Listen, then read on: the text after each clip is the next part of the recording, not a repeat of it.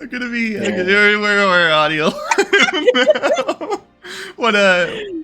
Our players will be very focused. Yep. Locked in. I forgot to switch over to the visual screen. I just unmuted us. All right. Sorry, this already. Anyways, hello. We are the very serious. Hello, Mario. Hello, Mario. We are the very serious horror campaign, Mistwalkers Spectrum of Eternity. My name is Lily. I'm your humble DM for this campaign. I'm looking forward to playing some more with everybody here. So, just to go ahead and get us all jumped in, we'll go ahead and kick it over to Yulia, please, to introduce yourself. Oh, man. Hey, everyone. My name is Yulia. I go by RoyalKnightVT on various socials. I am an elven princess knight VTuber, a variety streamer with lots of medieval fantasy shenanigans mixed in. Getting consistently back to streaming, so that's been a lot of fun, and I play Dungeons & Dragons with all these wonderful individuals here, and tonight I play Kloven, who is our local cleric, and so happy to be here. Thank you very much, Yulia. Meris, please go next. Absolutely, I'm MerisAurum. I am a Celestial Dragon VTuber. I specialize in storytelling, reading stream, so we talk about all things books and literature, and I also run my own D&D campaign on the side called The Trial of Hearts. It's an ode to all things romantic fantasy, so if you like drama and mystery and political intrigue and a healthy dosage of romantic shenanigans, definitely check it out. But while I'm here, I play the one, the only, the singular, the Sewer King, the party's fighter of indeterminate subclass. Thank you. Next up, Sif, please introduce yourself. OMG, that's me, Sif_VTuber, the hit night streamer who does art and maybe plays a game, and maybe we'll get back to running Curse of Strahd. But yeah, I'm very happy to be back again playing as Tate. Silly farmer man, very much in over his head, but he likes these people, so it's a nice place to be. Very happy to be back with you guys. I'm just waiting for you to commit to the OMG, it's me, sifvt, like as a full-time intro. That's good stuff. We're saving it for the YouTube. Saving it for the We're saving YouTube? it for the Yeah, YouTube animations. That's your intro for YouTube. All right, thank you. Aster, please bring us home. Hi, I'm Aster. I go by ArchmagesTower on various socials. I'm an aspiring voice actor, a longtime D&D player, and a resident goofball artificer on this team named Thaddeus. And I'm really happy to be here and be back. Huzzah. You all for intros. I guess is a bit more of an intro to myself. I am obviously the humble DM of this campaign. I'm also an artist that draws a lot of things both from this campaign as well as many of the other ones that I'm in. And yeah, I'm looking forward to diving right in with some combat and then some fun stuff. Alrighty. With that in mind, I've got, once again, your girl is very prepared and has written a full session recap that I don't have to do unscripted. But we'll go into that and then get back into the combat. So,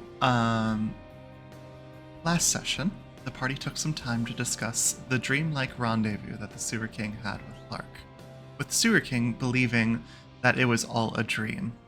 The party then agreed to split up to talk to a few different people. Kloven and Anti went to speak a bit more with Marianne and learned more about her time with Venus, all but confirming that it seems to be very likely that the Namiota is a corrupted version of Venus. Sewer King and Thaddeus went to confront Lark about who she really is. While she remained somewhat distant, she mentioned a bit more about herself, including her connection to the moon and her quiet disdain for the people of Dashek, promising that she will help when the time comes, but until then she's conserving her energy. She left then to conduct some funeral rites for a recently passed person in the town. Tate and Adamar went to talk to Gale some more, as the party was having some suspicions over his intentions and why he wanted to get to the surface so badly. Gale explained that he simply wanted the best for his daughter and for other people, revealing that Lark only showed up a few years ago. He had the party promise to not put themselves into any unnecessary danger before coming together for the broader discussion. As the party came together to discuss what to do next with the rest of the guard, they all headed up topside to begin an expedition. They donned their masks, and Sewer King jumped into a nearby pile of mud to conceal his scent. The rest of the party and expedition slowly followed suit, thinking that it certainly couldn't hurt their chances of being detected. The party, on SK's suggestion, headed off to the Moonwell, once more marking their path along the way. Once reaching the Moonwell, Gale stared at it with familiarity, while the party looked around and grabbed a sample of the water in their open water containers to take a look at later.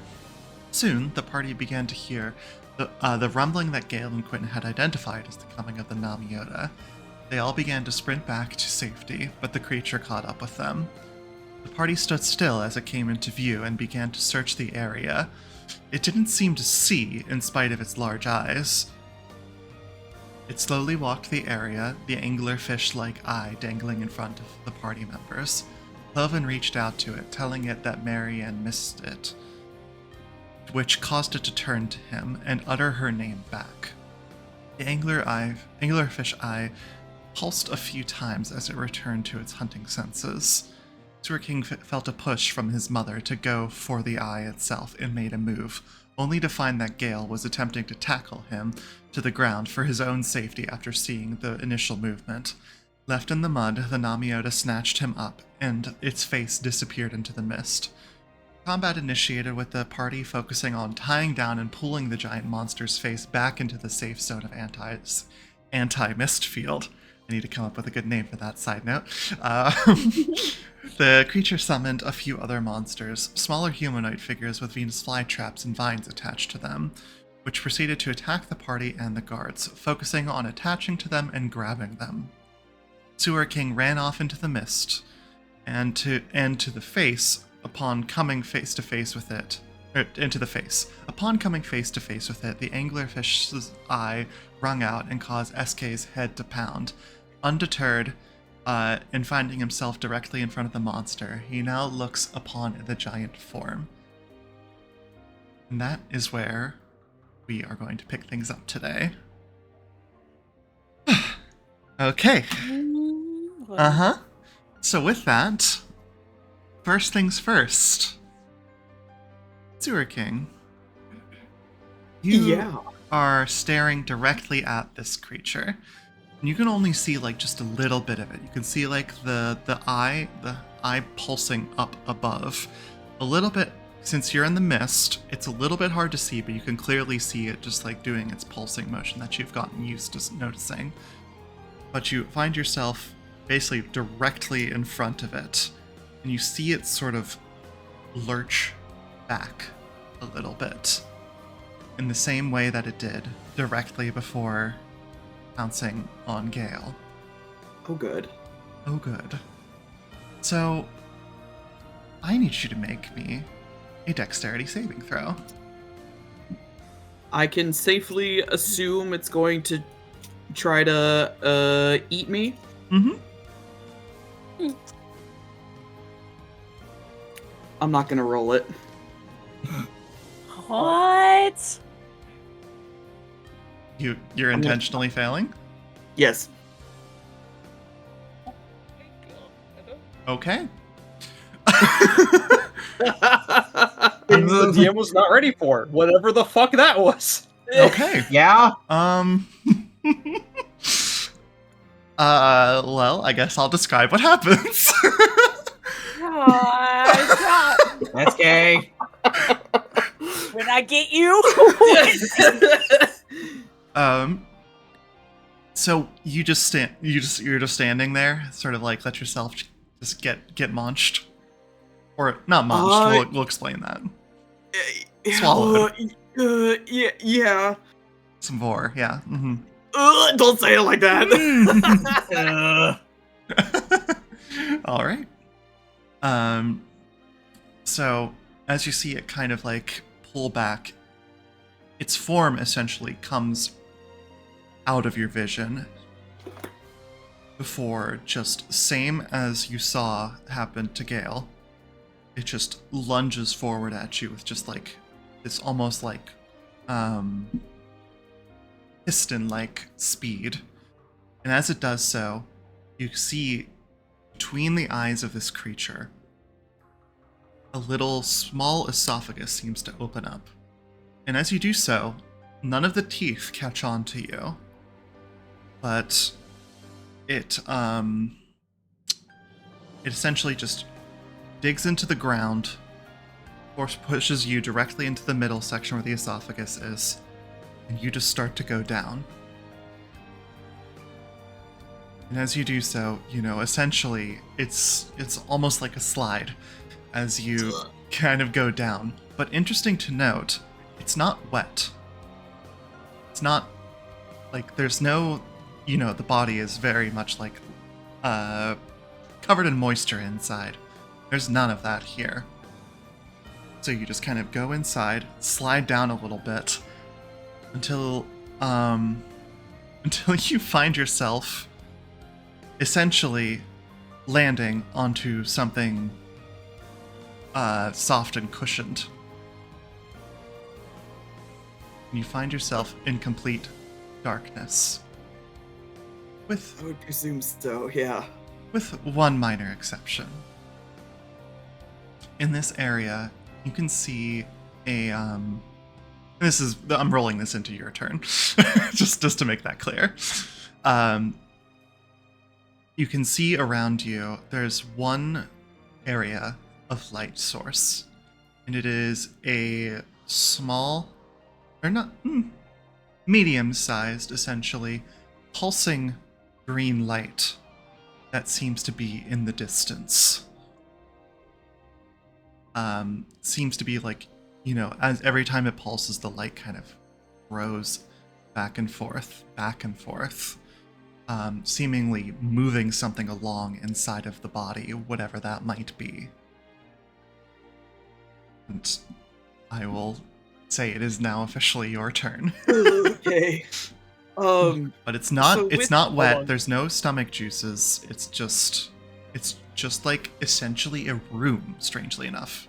If you were going to say something. So bizarre. Yeah, is so I just want to make sure, is he in my aura? 'Cause I'm not. No, he certain. Okay. He ran out like 60 feet out into the mist to get away from Everett, to try and get to the face.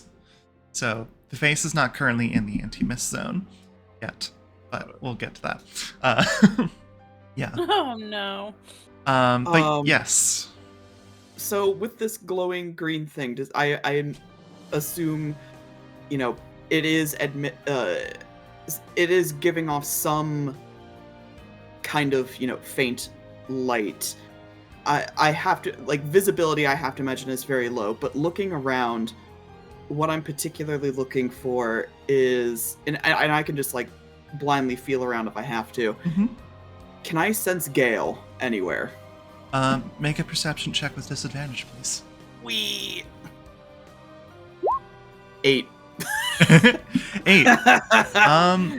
No, you don't immediately see him, but I will say you can hear scuffling. And you aren't sure whether or not it's just the monster moving or something else, but you can hear scuffling. That's as good of a lead as I think I'm going to get. I'm gonna move towards the scuffling, with my hands out, trying to feel my way around. If it changes your decision, the scuffling is coming from the same direction as the green glow. Yeah. Better visibility, hopefully, the closer to the light that I get. And Yeah, I think just really trying to find Gale. I'm gonna move as close to the light as I can get. I don't. How did you say how far away it is? This is roughly like the circumference of the room is like the circumference of the beast. It's essentially just like a full thing. So we'll say like 30-ish feet. So you can get around. Yeah, I'll Yeah. use my full movement then to get us closer to the light. Okay. So as you get closer to the light, and you can see it sort of like shining, and it's almost I feel like I don't actually know the definition of this word, but it's almost undulating, where you can see like some sort of something inside of the vines that this green light is on, or green light is in and coming through from. You can just see this moving through and down, and as you do so, the scuffling gets louder as you can see a Venus flytrap currently latched on around the head of what you can only presume to be Gale. You can tell he is struggling immensely. All right, Venus flytrap. There's gotta be a stem of some kind behind the actual head of it. Yes, this it wouldn't take you very much because the stem leads directly into the green orb. Okay, I'm going to give a swipe at the stem of the Venus flytrap to try to free Gale. Okay. Then please make me an attack roll. 18. That will hit. 12 slashing damage, and I still have my level 3 ability up. That's right. Go ahead and roll that damage as well, thank you. Another 4 necrotic. All right. As you just kind of almost with a precision, this, as you look at this, it almost feels sort of like the jugular of a creature. You can see it almost like blood pulsing through it. And your instincts kind of just take over. You know exactly what to do with this when you're hunting. And just directly through it. And as it does so, just like a hose, essentially, a bunch of just viscous green fluid proceeds to spray out over and covering you very, very, very quickly. And so as you kind of reel back from this, you do notice, however, there is something that drops. It is that same glowing green light directly into your lap. And as you look at it, it's just it looks like a small pulsing green heart made out of vines.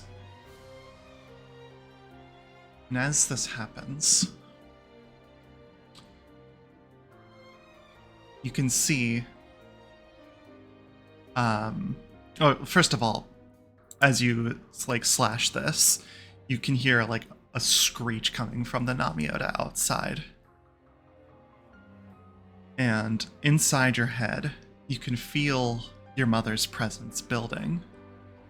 Her curiosity for this object building as she now presses against the confines of your body. Hear her voice in your head. Powerful creation. Consume it. Escape. Now. Yeah, I think, you don't need to tell him twice. He kind of dived in without any plan, so if this thing is if this thing's gonna help give him strength to get out of here, the jaw unhinges and down the hatch. Hell yeah, brother. No questions, Mom said so. I'm a growing boy, I gotta eat my veggies. Okay. And so as this happens, just as one last note before we move on, you feel this enter into your gullet. And that same sort of pulsing life energy that seemed to be kind of running through it. It's not oozing the green shit inside of you or anything like that, but you can feel it almost like a heartbeat as it enters and hits the pit of your stomach. And you can just kind of feel that, and it's very uncomfortable. But it seems to stay, and you can feel your mother being very, very pleased about this. But as we get ready to move on from this little bit, I will say that Gale, you hear him speak up, just like screaming, "Who's that? Where are you? I can't see anything." As he's trying to wrench the fly trap off of his head. It's all right. I'm coming to help you, and I guess if you'll permit, I still have like one action left. Yeah, you have one attack left technically. If I can claw the rest of the Venus flytrap off of Gale. Sure, go for it. 11. It's a stationary object. Yeah. I'm not gonna. Wee. Okay. Another 8 plus 6 necrotic. Yeah, that's easily enough. So like you kind of just like quick just grab it with your claws and just kind of just like almost just like you're choking it, just like squeeze at the bottom of it as the mouth just goes right off of it. And you can see just barely as the light source is now gone. It's inside your stomach. To be honest, you can't see, but you can very easily tell that you can very easily tell that you got it off of him. All right. All right. Go ahead. Now, Gale, you're going to have to trust me on this one. We're going to get you out of here, all right? I'm gonna be honest, I don't know if I trust you. Well, trust me a little bit more than when you tackled me to the ground. And and that can be my turn. Fair enough. All right. With that, Tate, it is your turn. We come back outside. I just saw this plant. I just saw Namiota pull a fucking Adele and like wrench SK to the mist. I don't know if the mist permeates through the body. We need to pull them back into the spear. I want to bonus action command my aura to restrain Namiota again. Mm-hmm. So go for it. I need it to make a strength save. Not me forgetting where I put my 14. dice. Where are her dice? I got them. She had the preface all written up where her. I know. I forgot the dice for the D&D game. Okay. What's the DC again? Sorry. DC is 14. It does pass. Damn. Anyways, I'm gonna use action grapple to start to try to pull it into the fog like a So I'm gonna roll athletics. Go ahead and roll with. You have advantage anyways. Never mind. Yeah, because I'm angry. Yeah. Yeah. I'm gritting. I'm surging. Whichever you want to call 22. it. Okay. Yeah. It definitely loses that contention. It rolled a 7 naturally. So, you and Quinn essentially have just been like big fucking muscle hunks. Sorry, I just like that mental image. I don't know why. Anyways, Oh, hold on. I know what image it is. just just the arms and muscles pulsing as you kind of like pull this thing backwards, and you noticed just a bit ago. Sorry, you cannot drop that image.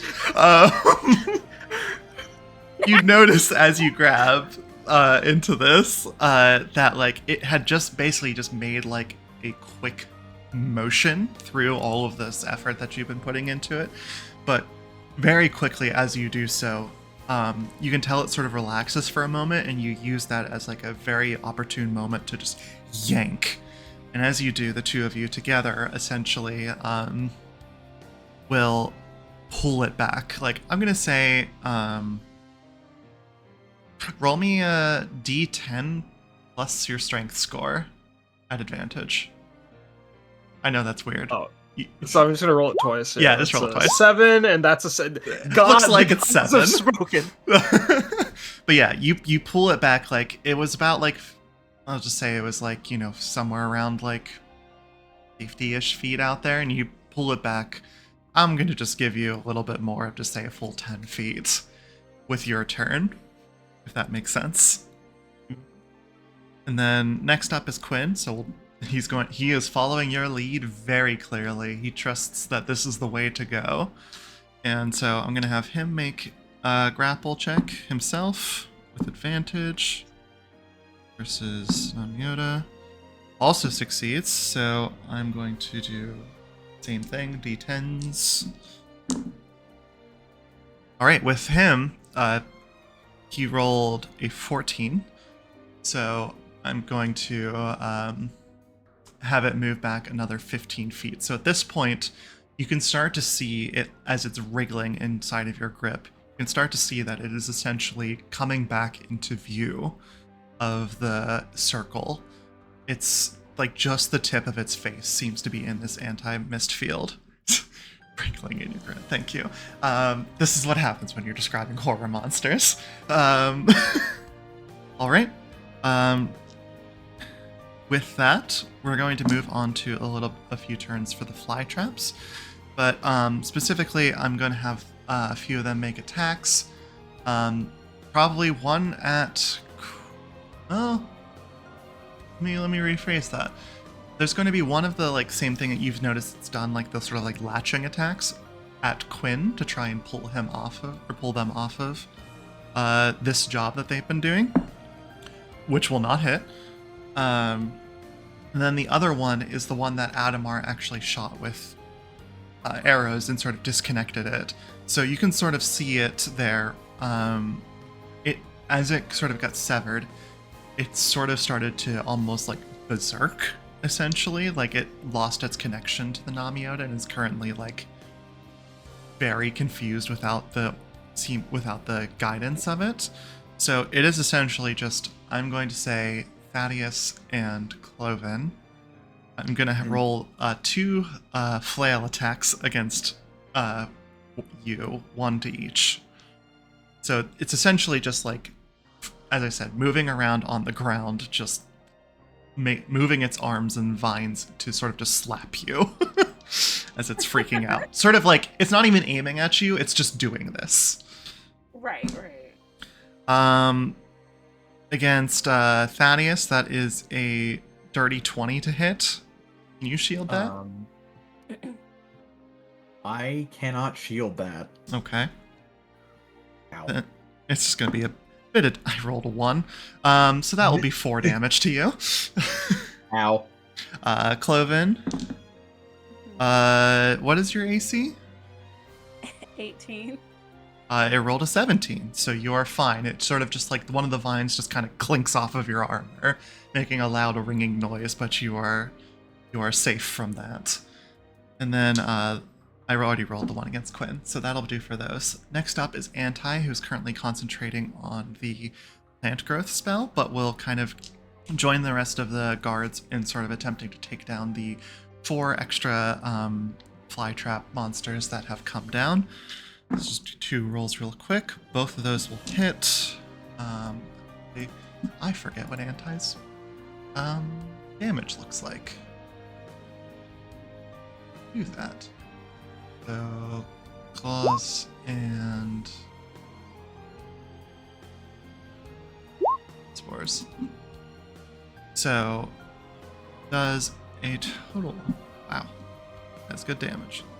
Actually, it's that Halo Spores is not real. I'm forgetting how to play my characters, so that's great.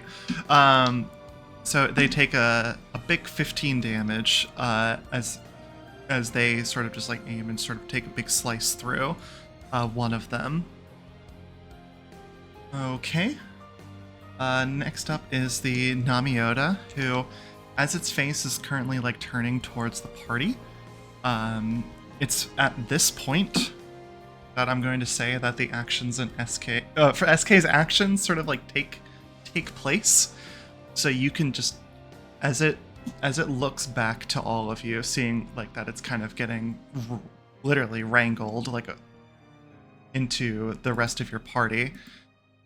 You can see it kind of has this cool, calm, collected look, like, or not cool, calm, collected. It's just like looking at you, seemingly like with no emotion.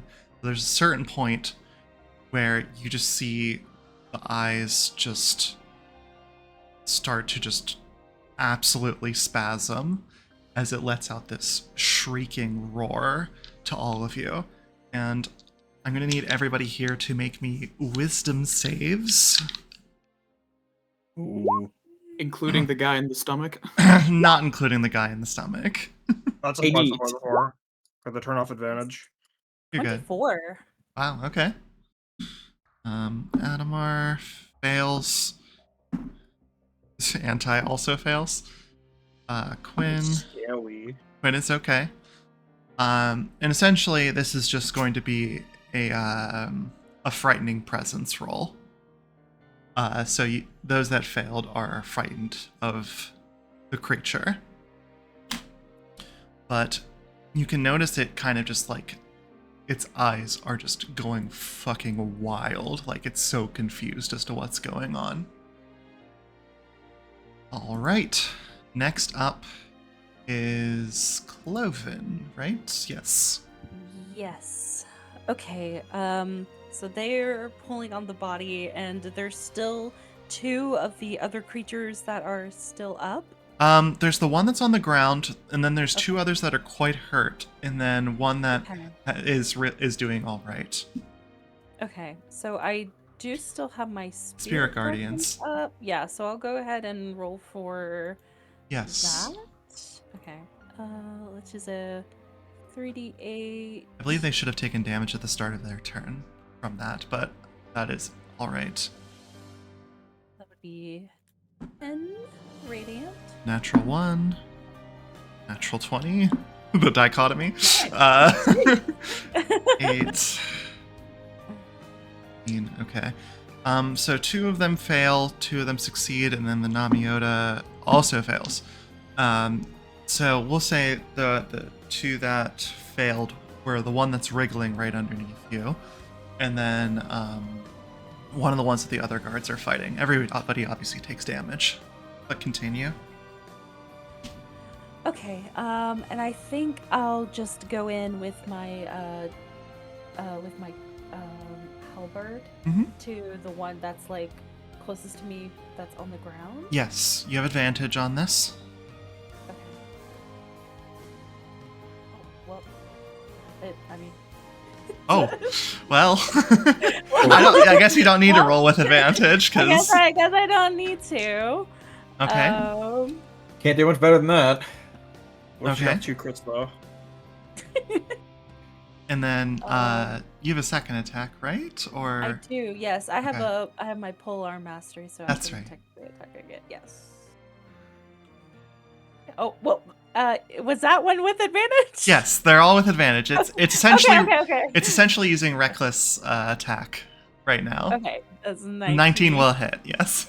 Okay, for another 8. All right. So as you sort of just like kind of just quick shank into it, and you sort of like skewer in between like the fly trap part, you quickly then take, and there's like inside of these monsters, there's like a small round like central part of it that seems to be sort of peeking out from the Venus flytrap. So you take like the boot essentially of your halberd and just kind of knock it up against that as it just stops flailing and just lays down on the ground motionless.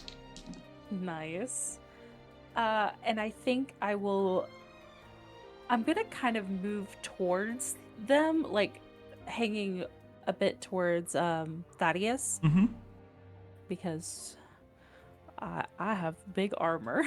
Mm-hmm. That you do. Just kind of trying to look as intimidating as possible. Sounds good. All right. Then next up is Adamar. Adamar, seeing the success of shooting off the vines of the previous one to help trying to get it to take down, is going to continue to do that. So against the one that is not very wounded, I would say, unfortunately, even with like all of Fighter's bullshit, that is still a 2 naturally, so that does not hit, and the 14 does. Archery fighters may get to have like plus 12 to hit, but that doesn't save them from a 2. No. Just a solid 9 damage to that one. It doesn't quite cut off the stem, but it is certainly weakened. Next up is the Namiota. As it roared at all of you, I'm essentially. Oh, Adamar was also. Actually, hold on. I need to redo that. Nah, I don't care. It's not that important. He was frightened, but I need to re-roll his frightened roll, which he succeeds this time. So the Namiota essentially, after it did this like loud roar, you can see it essentially is just going to start to like.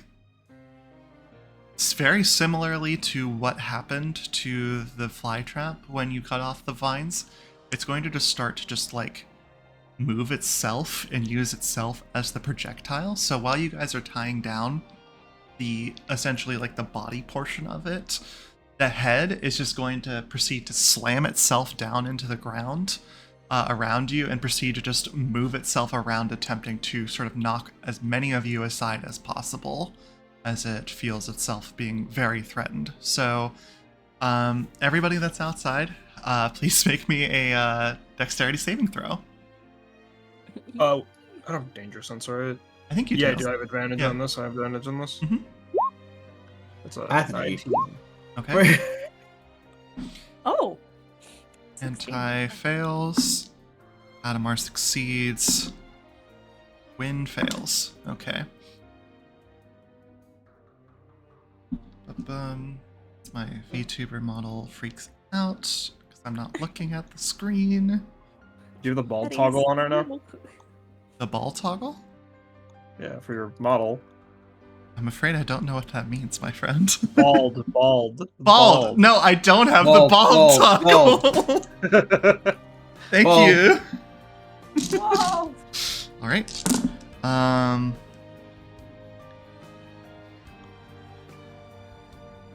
That will be 20 damage to all who failed.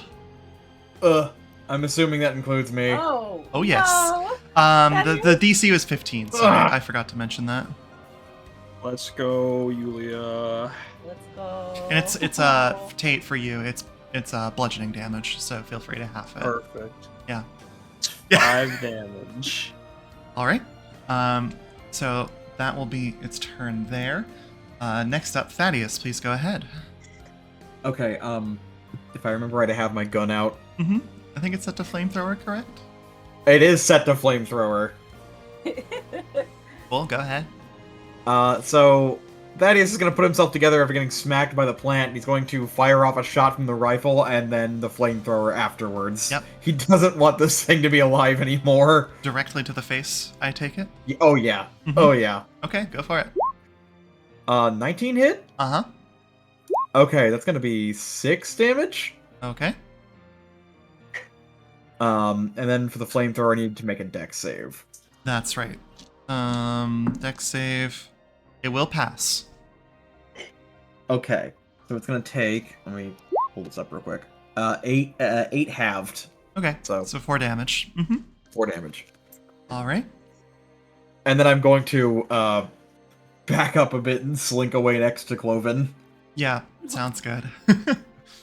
Its biggest goal right now is to get Quinn and Tate the fuck off of it. Please make me a wisdom save, because you did fail the one earlier, correct? I did. No, I got an 18. You did. I remember seeing the one. The one. No, ignore the that- one. That didn't happen. Yeah, so the one caught my eye. So yeah, You're good. you're good. All right.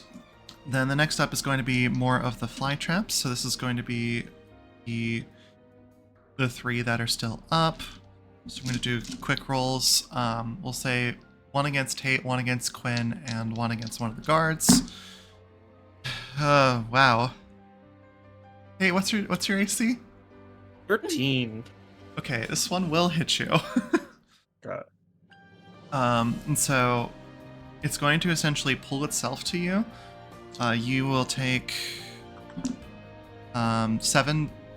This is piercing damage as it pulls itself to you. So is that already cut in half, or That's not cut in half. Sorry. so would that be 4 then, right? Yes. Yes. Sorry. And then it's going to try and give you a chomp with the Venus flytrap head. Which will miss, fortunately. So as you're sort of just like continuing to like, do your best to pull to make sure that it's in range of everybody and keeping it here, essentially just you hear like the loud like sound of a jaw biting down as you kind of like duck your head out of the way. The other 2 missed, so so it goes. Guards, I'm gonna have them make just a bunch of attacks against the fly traps. Wow, I am rolling like shit today. That was all misses for the first ones. Okay. That one will hit. We'll say to the weakest one, deal 9 damage. And at this point, that one's looking pretty weak. So we have currently about 2 that are, 1 that is quite weak, 1 and 2 that are a little bit below half for those. But last up is the Namiota once more, and is essentially going to sort of like take a look at Quinn and Tate, and is going to essentially just do the same thing, but like sort of more targeted. Like this gigantic face is essentially just going to, rather than like flail, is going to attempt to essentially smush you under its flat face. Okay? Okay. So I'm gonna, I guess it would technically be a dex save. Yeah, it would be a dex save to dodge out. Got it. And that would trigger my danger sense. Oh yes. 15. And for Quinn will fail. This is going to be a bit of a heftier number, just a warning. This is more targeted. It is a giant creature. It's just essentially squishy. Yes. Flattening me like an Acme mallet. Yes. Come join me in the giant worm monster. I don't have dark vision. Neither does SK. Okay, that's okay. I think I do. Yeah. Yeah, elves do.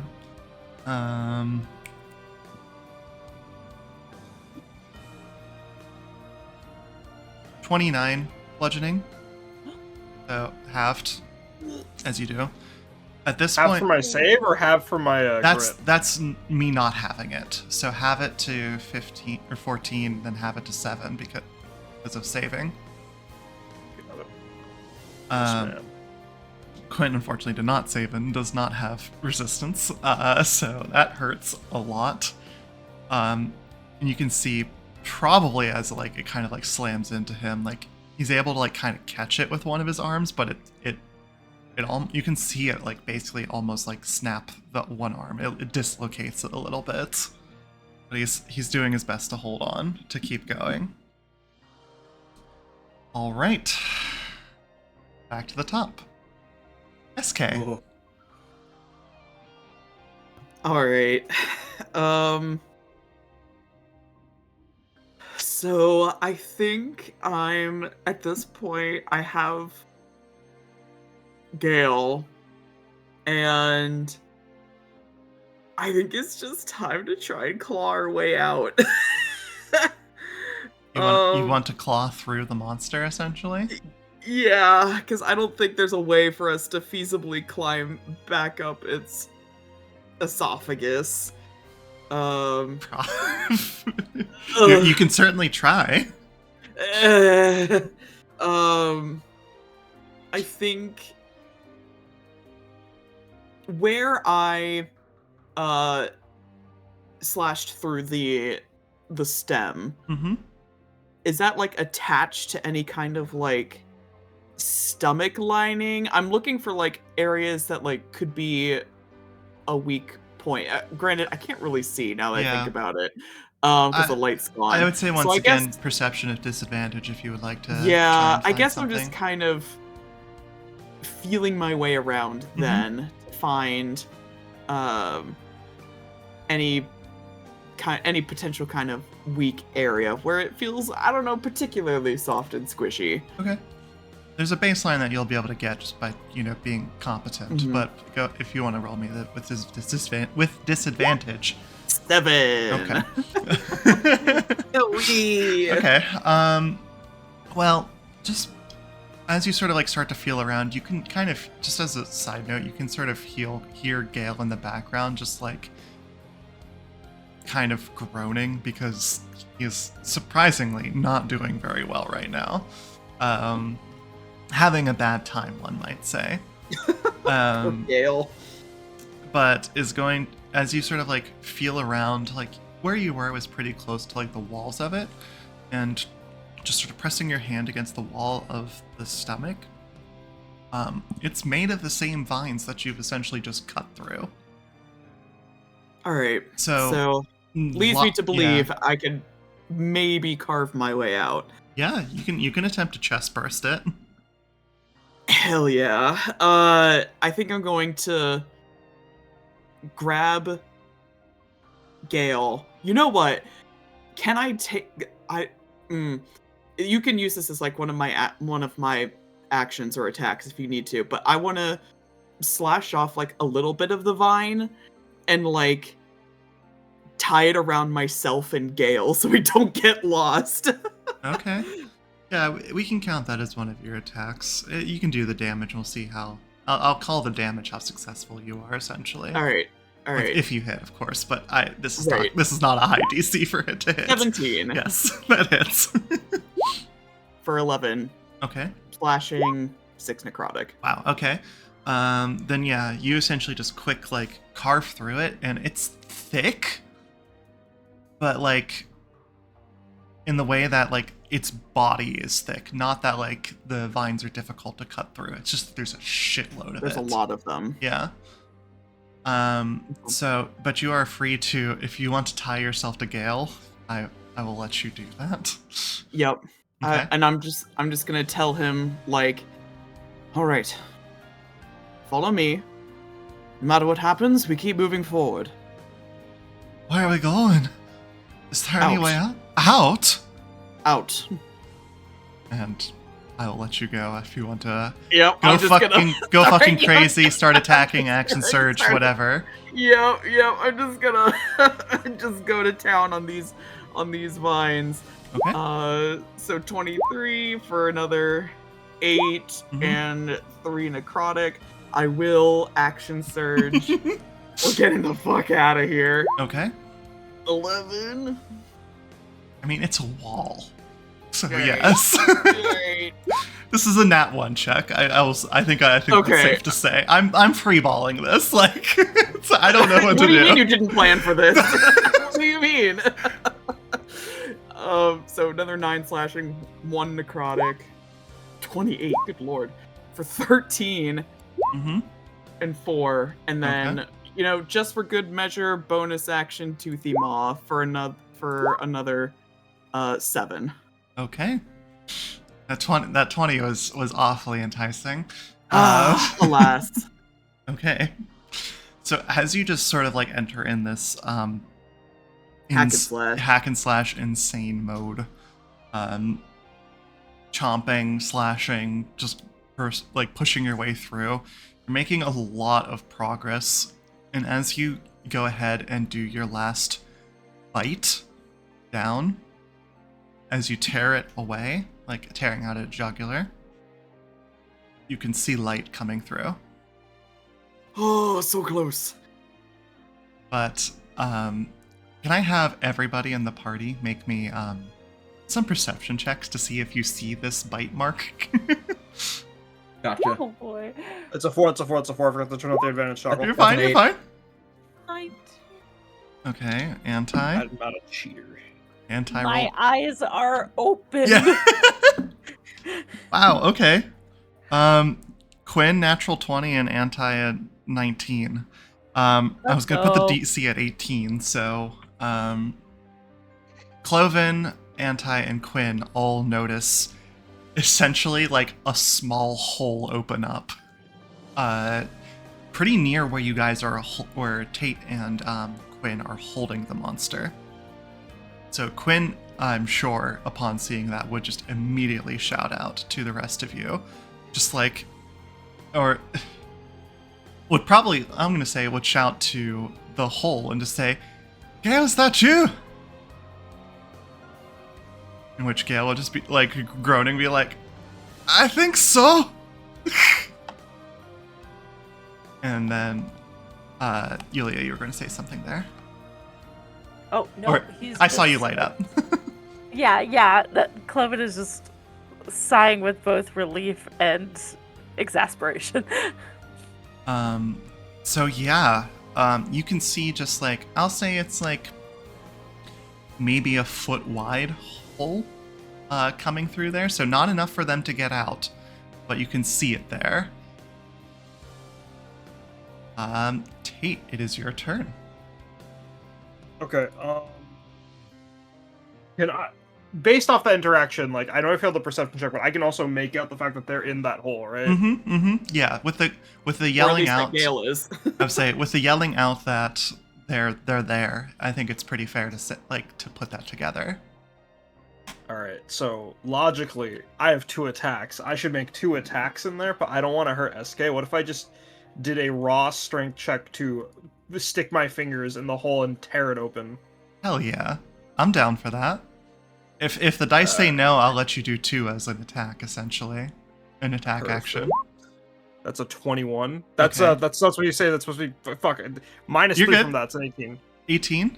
Go ahead and Yeah. roll me another one, just to do the Natural Let's 20. go. Let's go. Yes, Hell nice. yeah.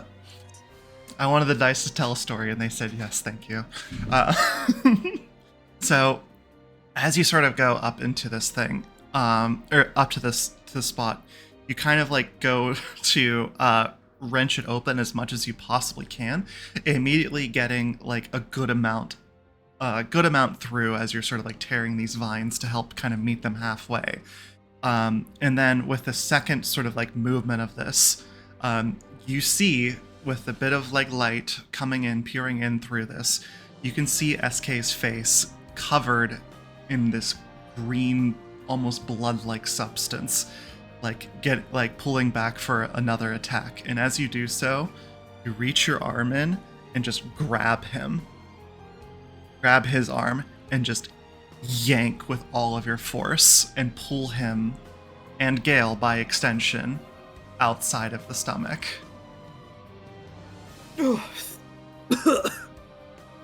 Thank you. That expedited rescue. Out of the woods yet, as Tate will gasp and or pant and sort of look back at the head, which I'm assuming is still moving and still very much eager to fight. I will say that as this has happened and you've like sort of basically just like opened up this like hole in it, like at this point, you know, we can safely say it's at least like 4 or 5 feet wide. It is. I'm going to roll some damage just to see how much that essentially does, because we're freestyling. You know how it goes. Yeah, I suppose I suppose goring open a hole in a creature would do damage. Yeah, it's one of those things where you're just like, how much damage does that do? I don't know. Well, let's find out. Get roll as if I got a crit on my great axe, if you'd like. I got this. Don't worry. Yes, ma'am. Yes, ma'am. That's our DM. Brain as wide as her hips. We love to see it. My hips are not that Whoa. wide, thank you. 8, 11, and then I'll add a little bonus for this. Talking to myself. We'll say that does like a solid like 35 points of damage to it. Jeez. As just like this, as the vines rupture, you can see more of this green liquid kind of just spill out of it as it starts to freak the fuck out, knowing that it's hurt this badly. With that, it is Quinn's turn. Quinn, seeing that the goal is no longer to, no longer to pull it back, and is going to essentially see that they got the people back, and that everyone is currently okay, albeit hurting, and is going to just yell out to everybody. I think we run now. It's just going to start to like rally the troops to get everybody to run away from the monster. I think I agree. So they're going to just quickly use their action to sort of like, grab and pick up Gale, undoing the rope. Make sure he's stronger than SK, Probably better. So picks up Gale, Princess Carrie, we'll just say, and is going to start to run following the same little flags that they had put down to track their way here. With that, I'm going to do this a little differently because, things play out interestingly in this campaign. I'm going to sort of like soft end initiative here, and I'm just going to say, does everyone run away? Yeah, I'm running. I think Tate would hang back and sort of like making sure everybody gets that way, since I think he's the fastest in the party. It's got like 45, right? Yeah, I think it's 50. 50 Jeez. base, 50 with the wind. Long legs. Yeah. God bless Barbarian. Kloven, you're running as well? I assume keeping Spirit Guardians up? Yes. Oh, yes. Okay. So, what we'll say then, come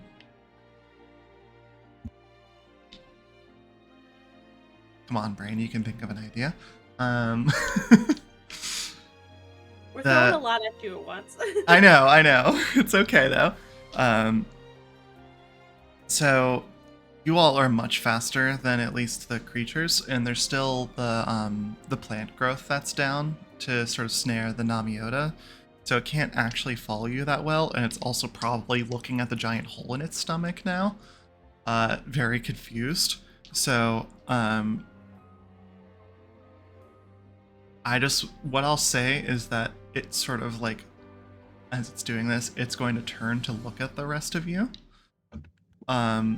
And you can see that the fly traps are continuing to follow, but the Namiota begins to sort of fade into the mist itself as it screams after you.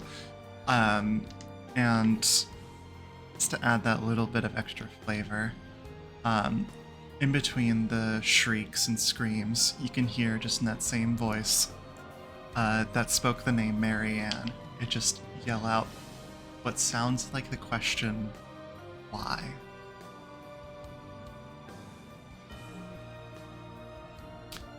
And so, as you guys continue to walk, or to continue to run, making your way out there, these fly traps that seem to follow, they eventually, as you kind of get there, I'm just gonna like talk through this because we don't need to play out another round of combat for this. One of them, the one that they all sort of like come after you as everybody starts to pile into the hole, but then as soon as you get in the hole, they stop there, knowing that their bodies are too wide, and you find yourself back into the safety of New Dashek.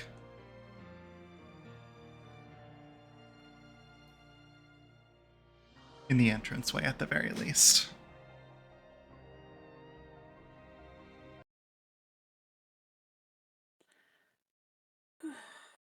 Everyone present and accounted for? Yeah. What the hell did you go and do that for? I couldn't just let him get eaten. We talking about SK? I don't think the solution to that is the buddy system, but I'm happy you two are okay.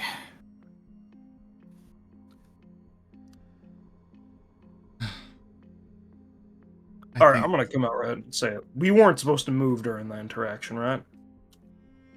No. It's Quinn. So Gale jumping on SK was because SK was gonna move, or because Gale felt like doing something stupid? I saw him go for... start to make a move and... just wanted to make sure he wouldn't get eaten. While I appreciate your concern, misguided though it may be, I assure you, Gale, I had everything under control. Did you, though? We had no idea what we were going up against. And it felt as if you were almost lurching towards it head on. I merely saw an opportunity and thought I could nip it in the bud before the fighting began.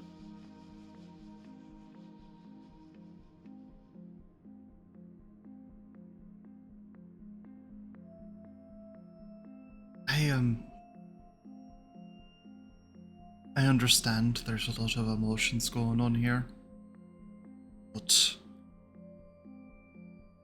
let's call it a day, at least in terms of in here. I think we all have a bit of thoughts. I'll come back to where you folks are staying, where I'm at my place, and we could talk about it more there, but until then, you see he looks down at Gale, and though Gale, who's been like kind of quiet in this moment, you can see that the eyes are kind of glazed over and there's like roots essentially pushing in and out of his face and like starting to seep into the lower body. You can see like there's sort of like almost like nature is attempting to reclaim the body from the inside. Let me go with Gale. I can do some magic with plants, I think. You see Gale kind of like looks over in the direction of your voice and just says, I can't see anything. You're safe, right? Yeah, we're safe. Don't force yourself, alright? You're in good company. We're gonna get you home. We're gonna get you some rest, alright? I can't see anything.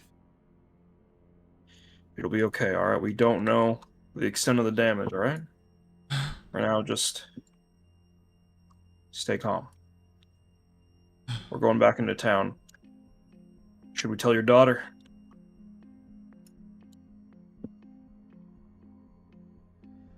It's probably for the best. Quinn, how about you and I take Gale back home to rest, and since we're reconvening it later anyways, maybe the rest of y'all could find her for us? I think I should go with you too, Tate. Yeah, you're right. See if I can help. Yeah.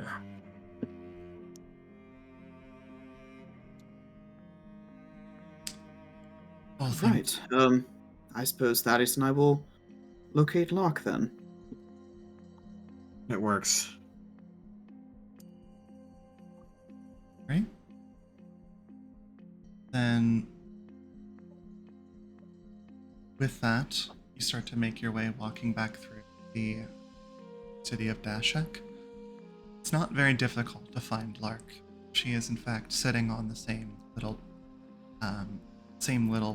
stone bench that you found her on just earlier this morning. And as you kind of get close enough to her, you can quickly spot her out.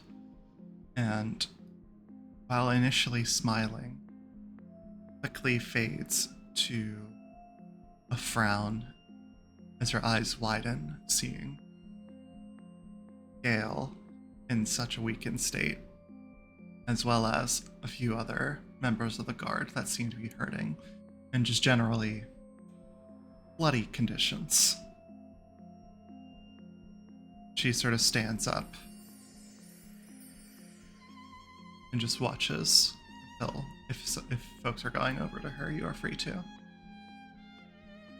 Yeah, SK is going to approach. Mind you, he's still really nasty right now.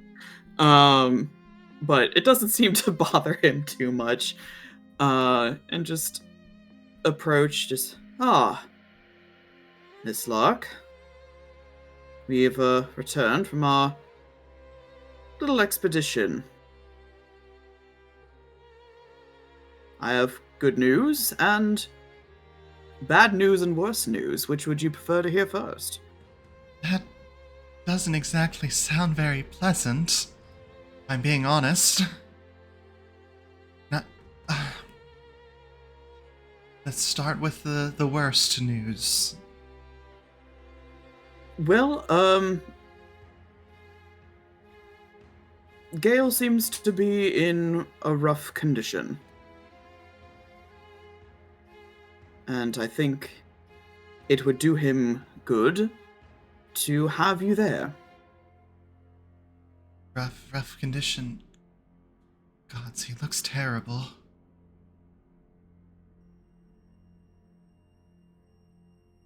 What? We found the Moonwell.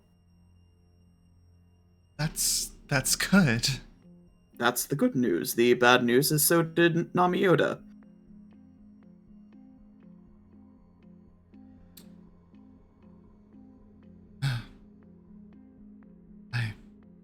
I knew that it was important to him, but I had no idea it would be offensive to the point of this.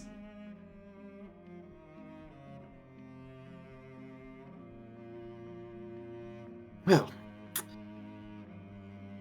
now we know, I presume. This is my fault, isn't it? No, I wouldn't be so heartless as to say that. We all know it was going to be dangerous, after all.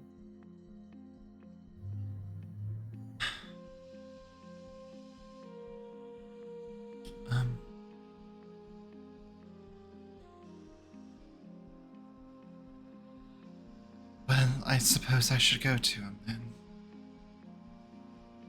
I think that would be good.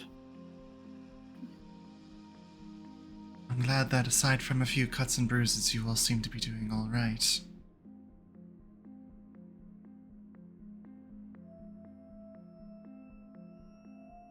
Yes, I think, for better or worse, we are all in decent condition. We've definitely been through worse. That's comforting in a way, I suppose, that you've dealt with worse threats than this.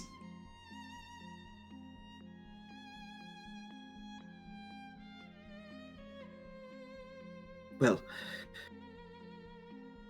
I won't keep you. And I don't know what sort of state Gale will be in, but I think he will be glad to have you there.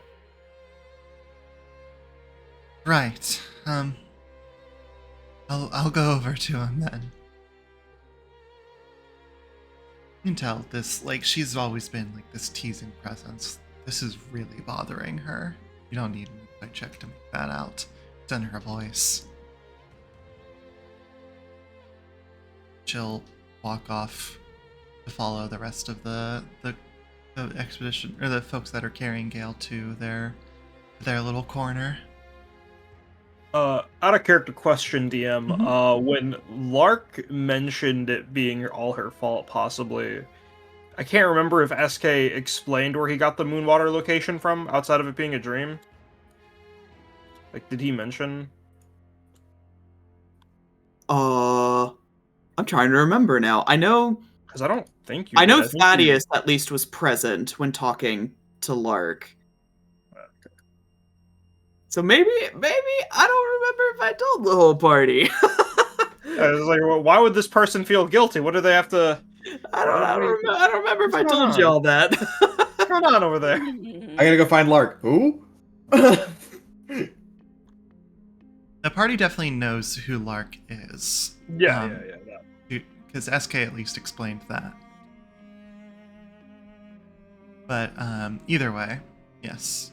We'll go ahead and move on to bringing Gale back to the to their corner.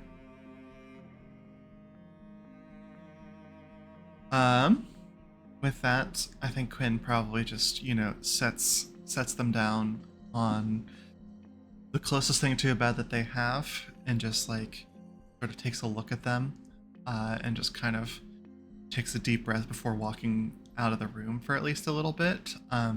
Tate and Kloven, you both wanted to kind of do something, so I'll let you do that before Lark arrives. Sure. I think, could I do like just a general medicine, like just an overall medicine check on him first? Sure. Okay. And if he's doing that, could I do a nature check as well? Yeah, go for it. 15. I got 22. All right.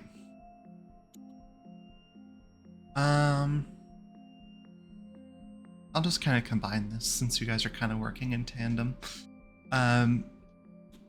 What essentially you can see, sort of as described previously, there's like the vines going in and out of the body, but it sort of seems to be like creating almost this like, it seems to be starting to create this like almost like encasing around the head itself.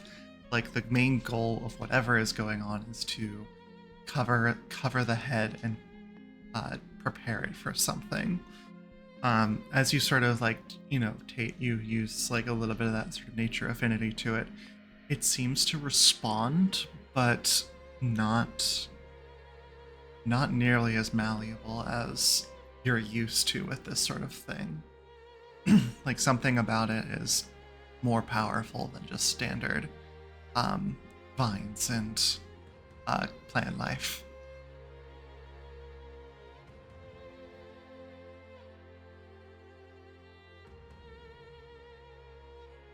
I know it might not do much, but can I go ahead and just try to cast like a lesser restoration? Sure, yeah. There's no roll for that, I'm pretty sure, right? Yeah, just cures a condition. Yep. Listed on the spell description. Let me double check that. It's, blind, deafen, paralyzed, poison. Well, blinded is certainly accurate. Wait, is the blindness like the plants are obscuring him or like fucking with his optic nerves? Sorry, I think, this is yeah. too specific. Yeah, I would say it's one of those things Yeah, where without seeing inside, I don't think you could truly tell. So it's just kind of, we'll just say for the characters, it's just like a little kind of like, it seems to be something more internal that's causing it. But we'll say that sort of as you cast Lesser Restoration on him, some of these vine-like tendrils that have infested his body do start to recede, and you can see it kind of goes all the way down to like the upper chest. So as you do this, as you push this magic into him, they recede just a little bit, but it's still very much there. It's having an effect, but this is strong magic that you're trying to push back on. Okay, he's gonna use the rest of his spell slots and just try to keep casting. Okay. I would say that will be a few more. You're able to like kind of move the vines back up to just like the middle of the neck. But it does seem to be receding.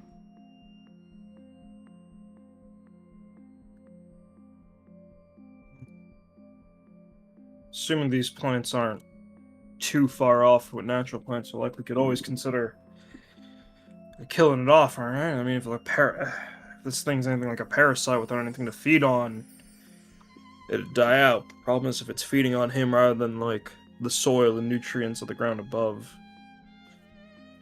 I don't know. I don't have any idea what's going on, but I can tell you that I certainly feel a bit better after whatever it is you just did. That's good to hear. Just try to rest now, okay? Okay. Have one of you seen my daughter? She's on our way. Okay. We won't leave you alone. We'll be watching over you until she comes. Just Thank you. get your rest. Your body's gonna be fighting for a while now. You need to rest your mind while you can. Is Quinn still here? Yeah, out of care. Yeah, say Quinn come with- they're just right outside this room. Essentially, they're letting you guys do your thing. Yeah, Quinn's here. I'll call him in. Yeah. They'll, on hearing their name, they'll enter and kind of kneel down next to Gale. And Gale will just speak up and just say, I don't think I'm going to be much use for whatever comes next. Gotta lead them.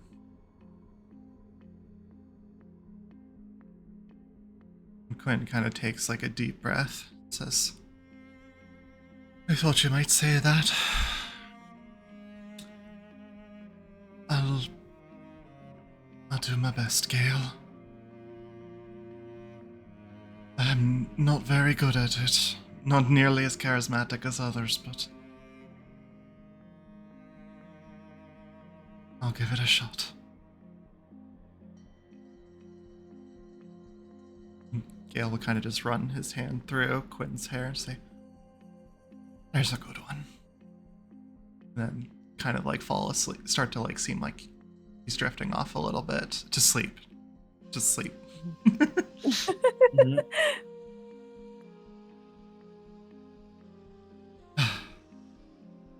Quinn turns back around to you folks and say,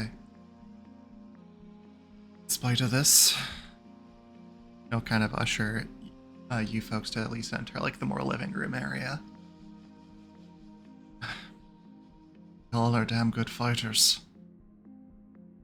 Better than any of us here by a long shot. Yeah, don't go knocking yourself. Can't speak for the others, but you were right next to me. You kept up at the very least. Thank you. I appreciate that. I hate to think that we didn't really need to fight this time, though. It seemed almost unnecessary. And I'm sorry that he was hurt.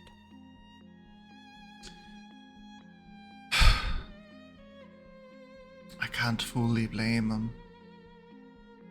Sometimes, even when we are doing everything that we can in our power, it still nudges against one of us. And then the same situation happens. Even if we were perfect, it still could have gone wrong. That's the risk of it all. I don't think that's what Kloven's trying to say. SK. They're not here right now. Oh, sorry. When you said living room, I thought we'd. Okay, my bad. You guys are in Gale's area. Yeah. Gotcha. I don't think it's what Kloven's trying to say. It's. Quinn, be honest. How do you feel about Sewer King right now? Because I gotta admit, I'm a little. No, I'm disappointed. Not even a little.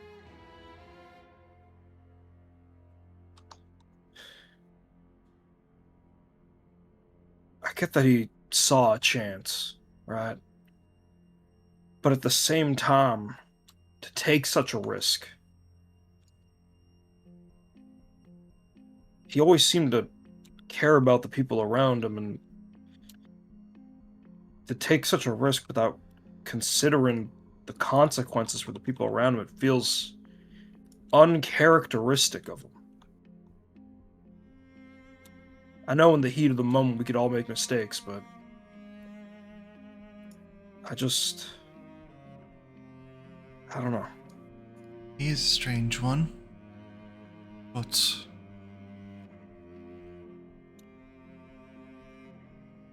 I don't know why he would have moved. It's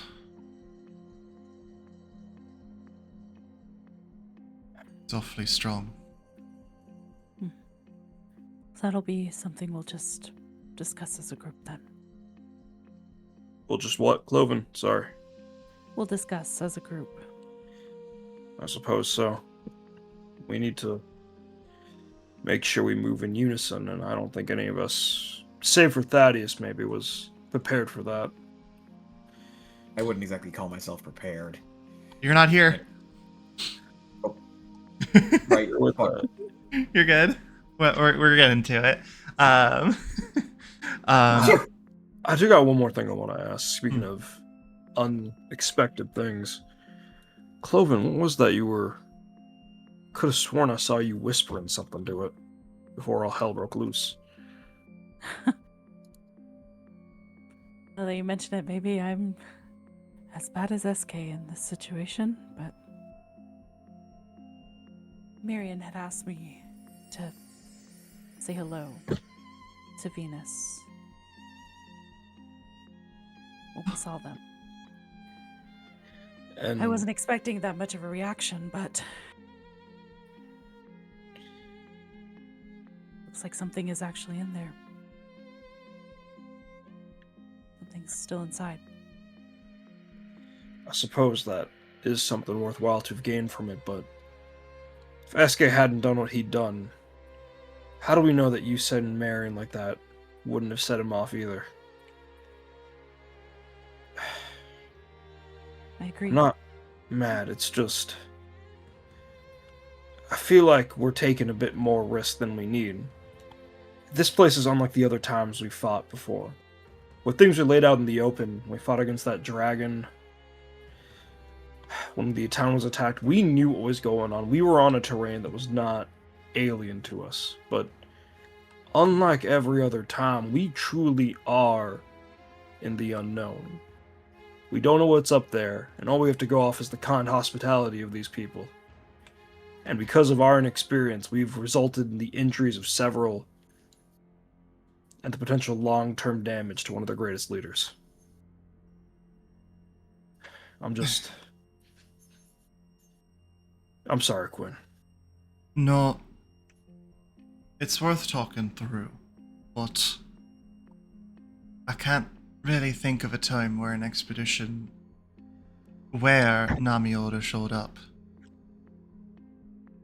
that less lives were lost.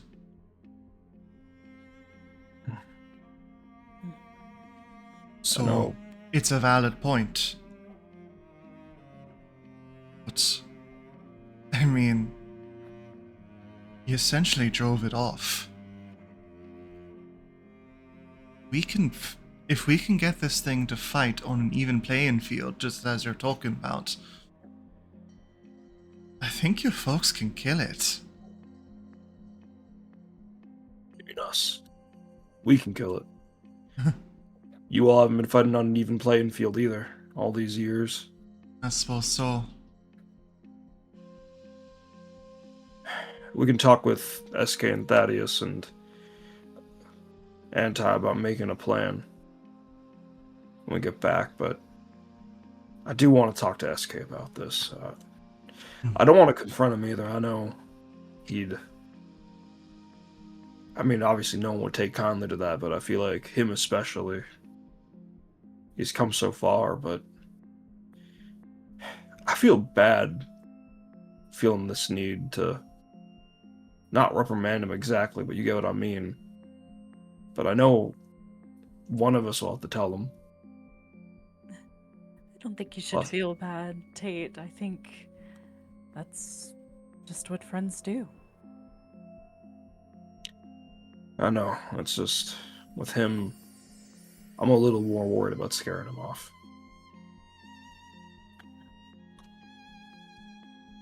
Alright. At this point, I would say Lark probably comes back. You can see she just kind of does a quick nod to you folks before going into Gale's room and just started kneeling next to him. And we'll go ahead and wrap the scene there. You really want to say quick, something, hey. Lark? Go ahead. Yeah, just if anything happens, get Kloven or I will do our best to help.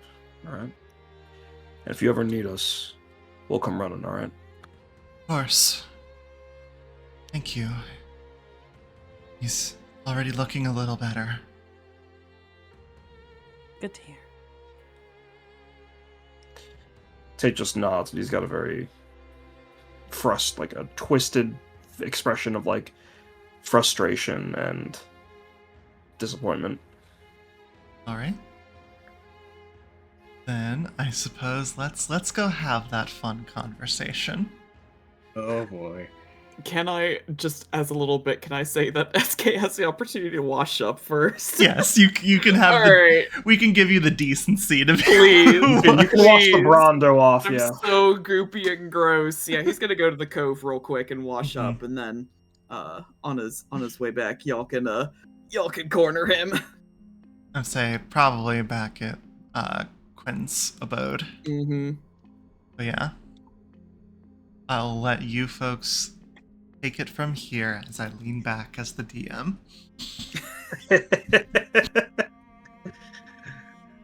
Well, I mean, Quinn's with us, Anti's with us. Adamar is also with you, I know. Yeah. I'll jump in if I feel it, or when I feel it's necessary. So we're all back in Quinn's place then? Mm-hmm. Mm-hmm. Alright. I want everyone here to get nice and comfortable. I think we're going to be talking for a little while. Okay?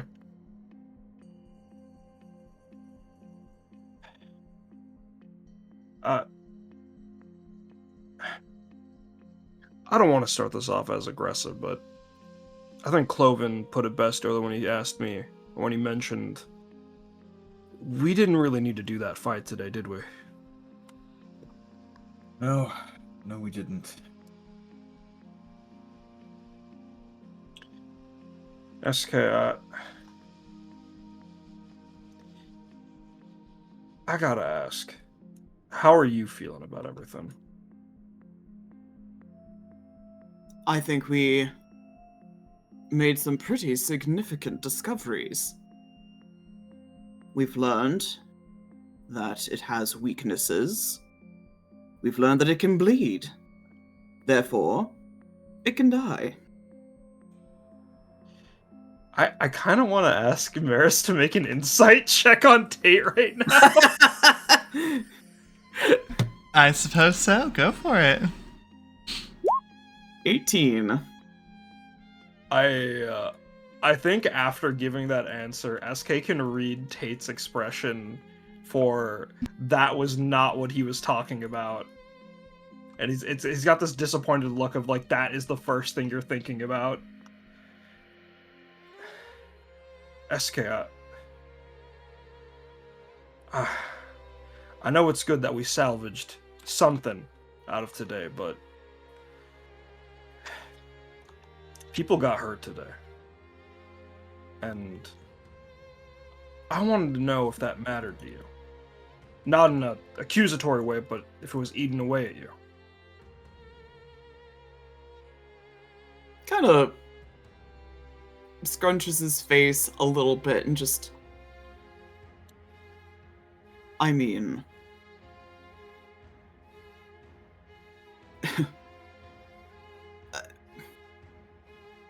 It's unfortunate, yes, that people got hurt in the fight, but... I mean, does my tearing rescue count for nothing? Well, I mean, a good deed don't exactly erase a bad one, yeah? I mean, what were you thinking gearing up to jump Namioto like that? Thought we all agreed it was just a scouting mission, the term for it? Let me ask you a question in response, Tate. Why are we here? To clear the mist from this area. to help these people. Correct. And how do we do that? By killing Namiota in this, by dealing with Namiota in this specific case. No, we get it by recovering the eyes and transplanting them in the tree. I had an opportunity. It was within my grasp. And I would have succeeded.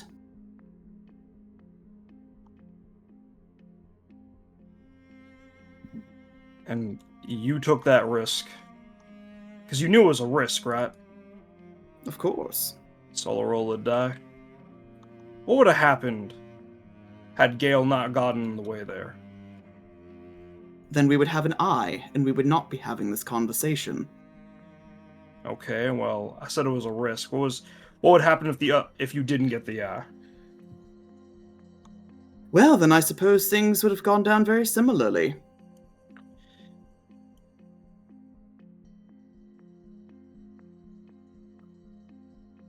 Yeah, with people getting hurt, and one of us in far worse condition. I'm not saying these people didn't know what they were signing up for. Alright, I know eventually we're going to make a plan to corner Namiota properly and get that eye, and those people may gladly lay their lives down the line alongside us, but why gamble with that? It wasn't a gamble. It was a calculated decision. Are you upset at the idea of losses in war? You're going to be in for a very difficult time, Tate. I'm upset at the ability to so callously make that call when we didn't have to. Someone has to. But there is a time and a place for it. We were not there to engage into anything of the sort. SK. I know you've always fashioned yourself a leader. You've always fashioned yourself a monarch. And I know a lot of things about what makes a good leader what they are. But I've been internalizing something recently, and it's really important that you hear it. The greater good doesn't mean shit if you're not there to see it happen.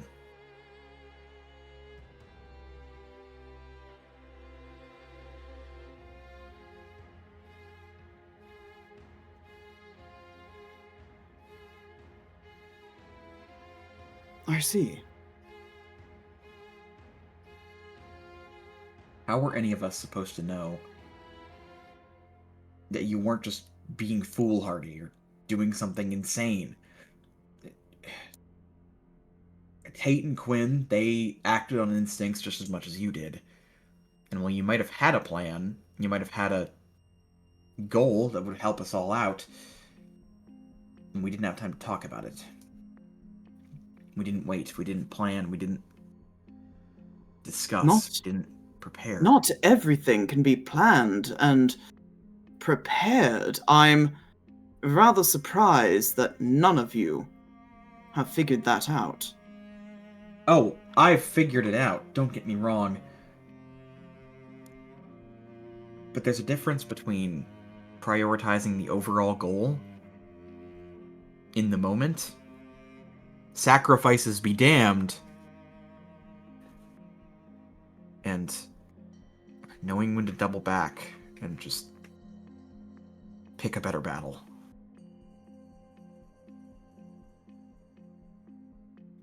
Honestly, I'm just glad we all made it out of there in one piece. Wouldn't so happily say that. I don't know if some of those guards will come back and join us either. SK, you made a call, and I know you felt confident in making it. I know you're not stupid enough to do something that had a low chance of success, but you chucked all our lives in there too, you know that, right?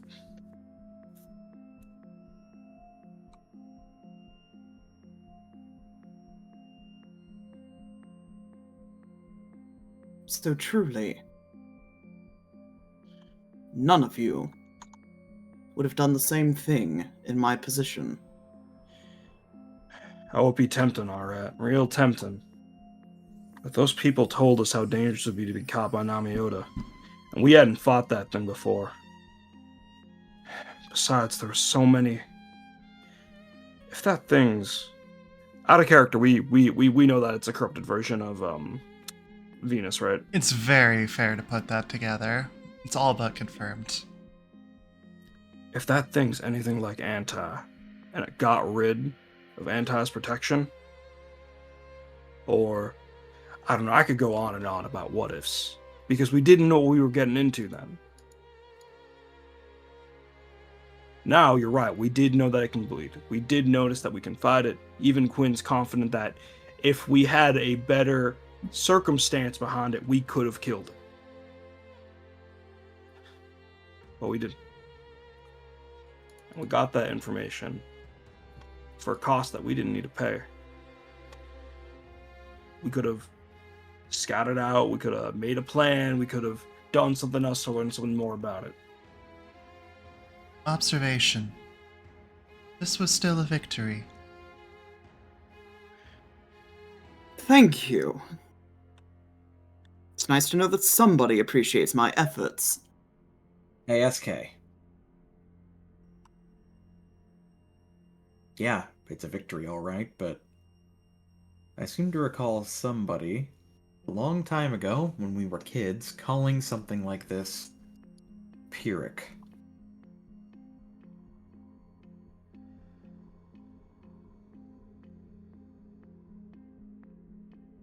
Pyrrhic. That, adjective ring a bell to you?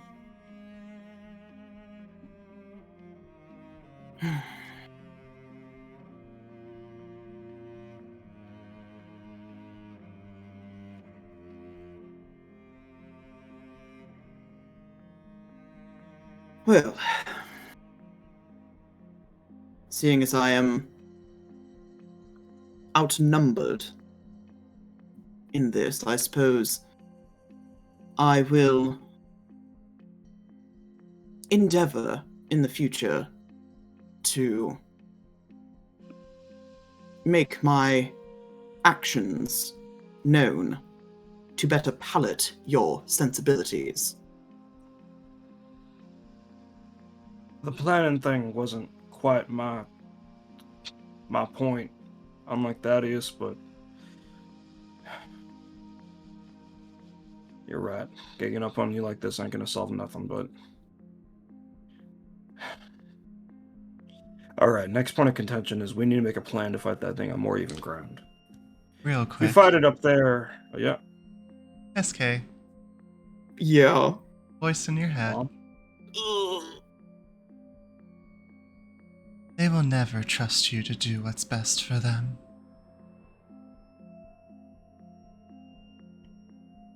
You must do it in spite of them, for them.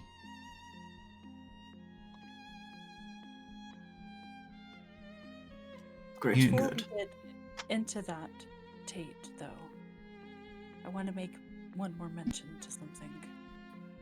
Of course. Your Majesty, I only wanted to talk to you and to confront you about this. Not only for Gale's sake, but for your sake as well. You are our friend. And what you displayed, well, we could have lost you.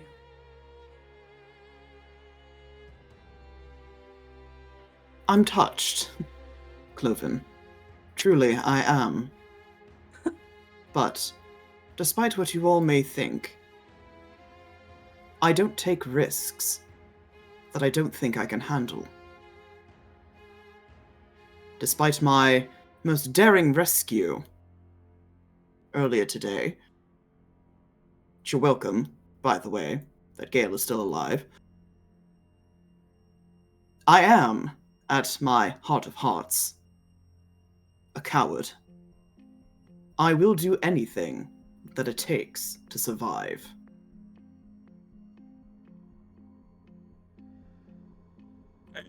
Can I insight that coward talk for like a hint of SK's inner thoughts? Sure. That's a 3, never mind. Damn, I'm so disappointed and mad at my friend right now. No. Damn. You would do anything. Yes. Observation. You did not have to throw yourself into the belly of the beast. That does not coincide with your primary goal of survival. No, I suppose you're right. It would have been much better served to simply flee. Inquiry. But Why? I had this nagging suspicion that had Gale been swallowed and digested, his foolishness would have been blamed on me.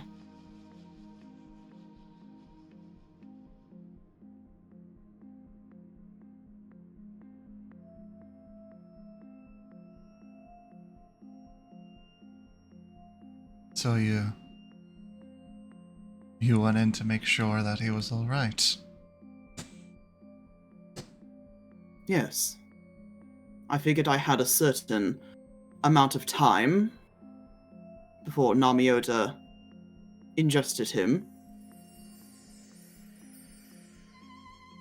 And, well, as was my initial plan, I saw an opportunity, and I leapt for it.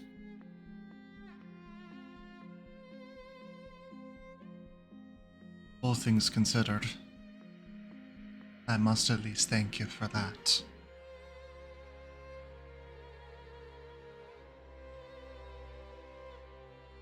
I know we're doing a lot of insight checking right now, but I do want to take a look at Quinn and see if he's being genuine in that.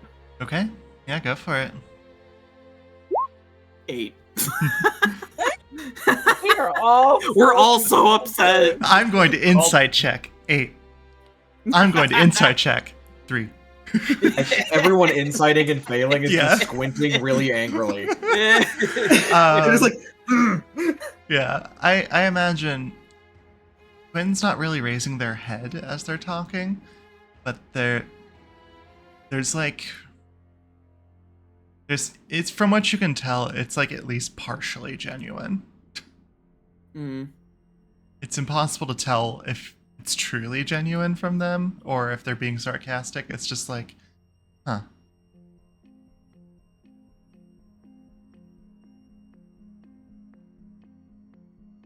Well, if we're talking about learning and such, what was it like in there? Difficult to say without any kind of vision. Not nearly so, acidic as one might believe, being in the belly of the beast. It was like being encaged in those vines. There were more fly trap heads in there. I imagine that's how it actually digests. Takes little bites of you, slowly. And once I figured out it was just more vines, dense though they may be, I could claw my way out.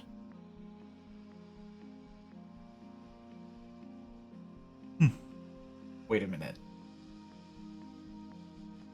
You're telling me it was all plants? All the way through? From what I could make of it, yes. I'm starting to get an idea.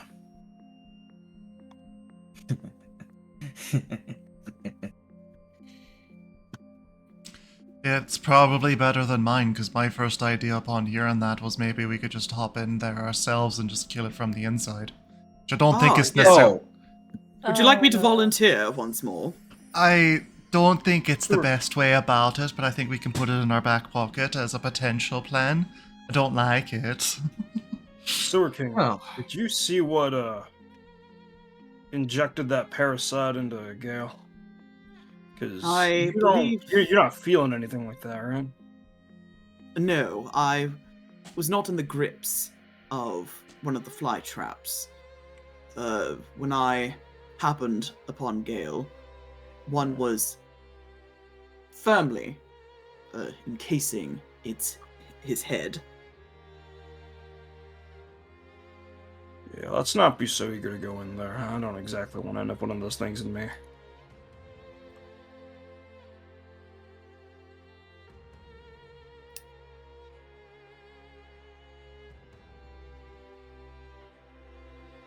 Well, either way, plants tend to give way to figurative and literal firepower. I was thinking on the literal end. We also have a bit of insight from our friend Lark that water from the Moonwell is advantageous against Namioda.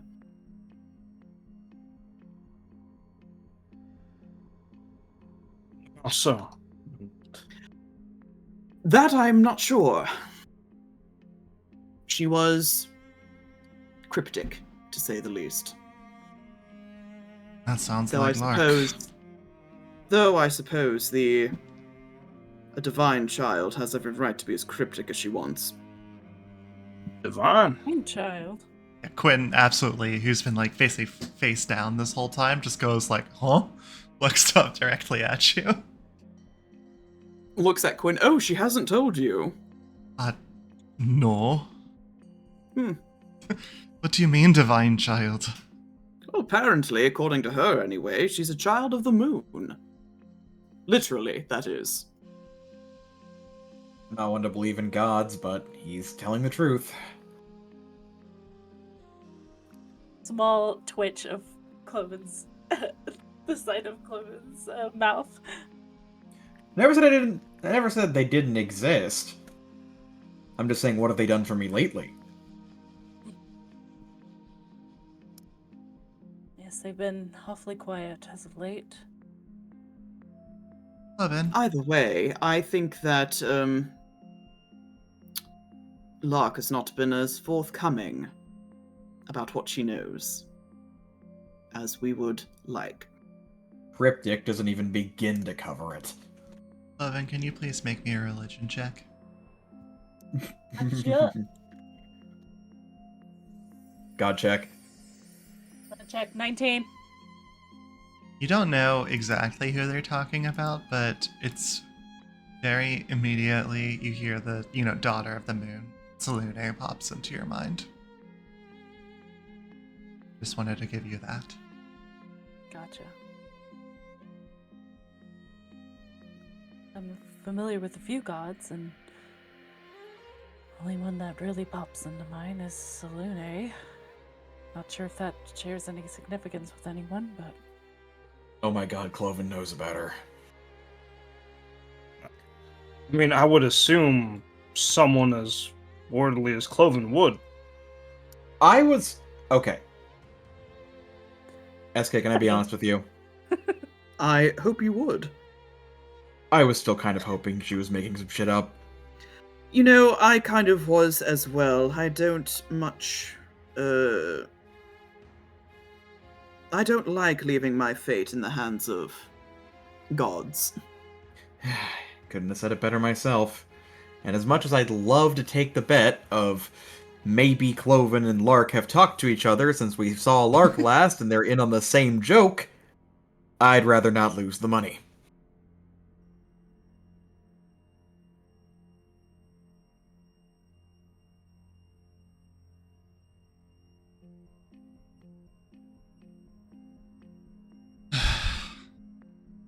And just like racking and like rubbing his temple. I don't understand any of this. Well, I unfortunately haven't spoken to Lark in great detail, but I don't mind speaking a bit with her about it. About her god, in fact. But just so you know, Ace K, is because of those gods that I'm able to heal you.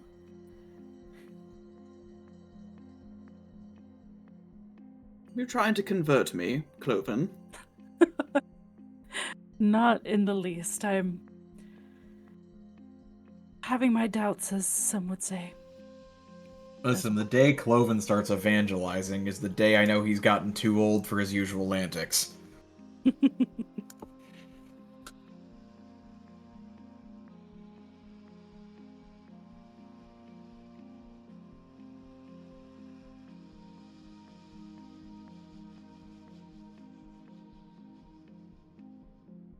Well, do we have a new plan of attack then?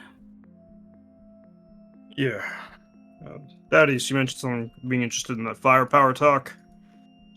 Yeah, so haven't talked about it too much, but take a look at this. I'm gonna pull out the little turret and I'm going to have it not in walking mode. I'm gonna have it in like just flamethrower gun mode.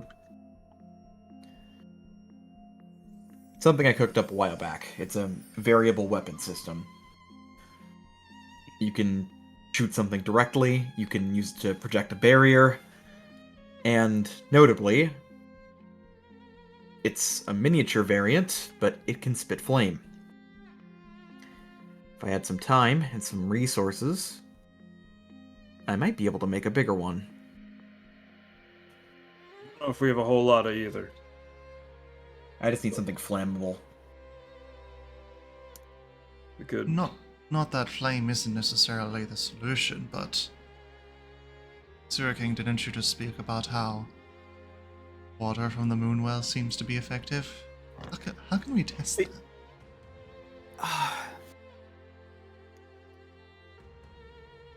Well, if only I had a bottle of it while I was inside of its stomach. But hindsight is going to be 20/20, I suppose. There was, and this is entirely up to you if you want to participate. I understand there's a modicum of danger in this, but we did kill at least one of the fly traps that was following us. The one that spazzed out all over the place. They're made You of this. suggesting we experiment on it? I am. We'd have to go back out and get it. Exactly. That's the modicum of danger. You want to do this right now, or after? No, we should do it right now. It might reclaim itself. You know, I was about to say, and I guess not, probably best to wait, but you might be right that it might be best to go now. Thaddeus, since you're the one that seems to be all sorts of knowing about these smart things, if you want to test anything, you're more than welcome to. I mean, there's a couple good places I can use as a testing range. Do you have any spaces I could commandeer as a makeshift workshop for now? I think we can have it ready by tomorrow. There's a new opening from someone that passed yesterday. Then I'll build the weapon in their honor. Right. Does anyone want to go help me? Go help me get the body? Morbid, isn't it? No, I can help. Thank No, you. wait, if we... Kloven, maybe it's best if you stay back. One of us should still be here to help Gale in case anything goes up. Yeah? Sure, I can do that then. At least one of us. And, no offense, but your armor does make a fair bit of noise. I mean, I can take it off if you'd like, but yeah. That's understandable. Remember to use the mud. Right, I think I will stay behind. Yeah, as much as I want to, I think I will too. Well, I'll get it down here, and we'll go from there.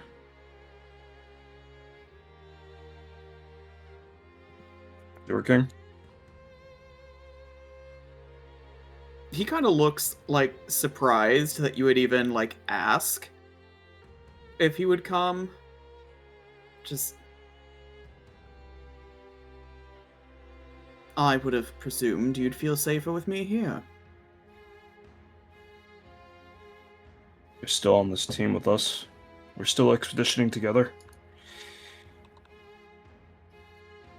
I still value your input, and you are right, you did manage to get a good angle on that eye. I just trust that on this outing, focus remains on reclaiming that body. Yeah? And if we're feeling greedy, maybe a vial of that moon water. Wasn't too far off. You folks did snag a few bottles of it before, so you at least have that for now. Okay. Very well. I will follow your lead, then. Alright. Alright.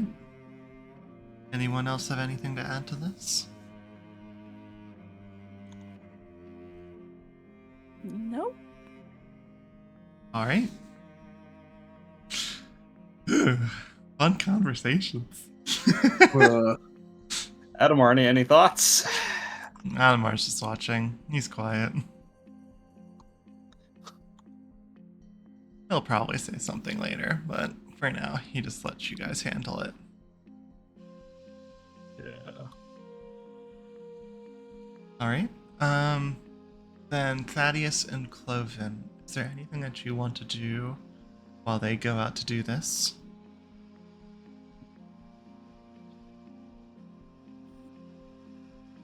Thaddeus is going to offer to take a walk around Dashek. Of course, I'll join you. How are you feeling after that talk? I know you and His Majesty are very close. Not were. We are. Right. That's why I'm angry.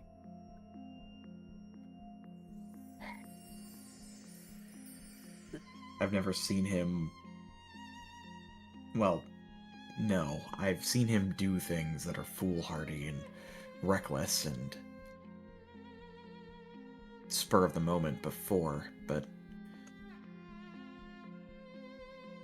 I don't think I've ever been worried about losing him like I was just now.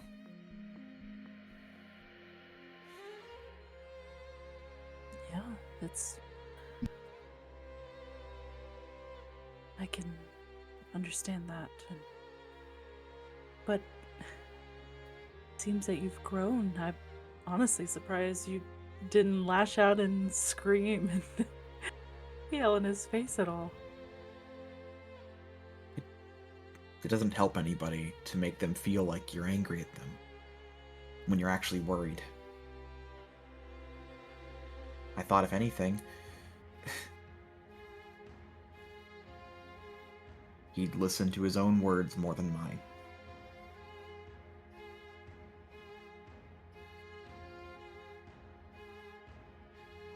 Well, with how the conversation left off, I fear he might just try and do the same thing over again. But you know him more than I do. I've got the same fear. You're kind of on the money there. Kloven, can I ask you a question? Of course, anything. Is this how you felt in Kenril?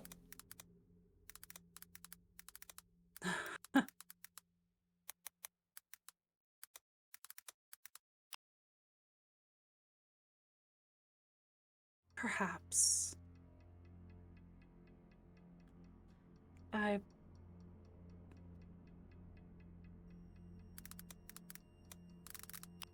I want to be a person who is strong enough to uphold not only my ideals, but yours and everyone else's as well. So that we won't have to run into these situations again. Thaddeus is going to walk over and, like, gently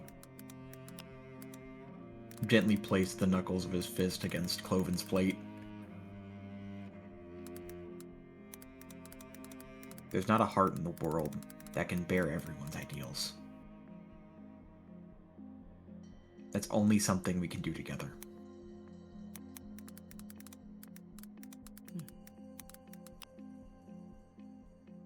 If there's anything I've learned, not a single one of us, not even Tate, not me, not you, not Adamar, can do it all alone. Our ideals, I think they should be what we stand on, not what's standing on us.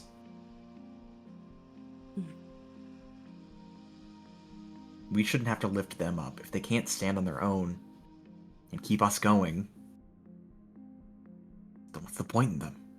That's what I've been living on. My ideals they aren't complicated.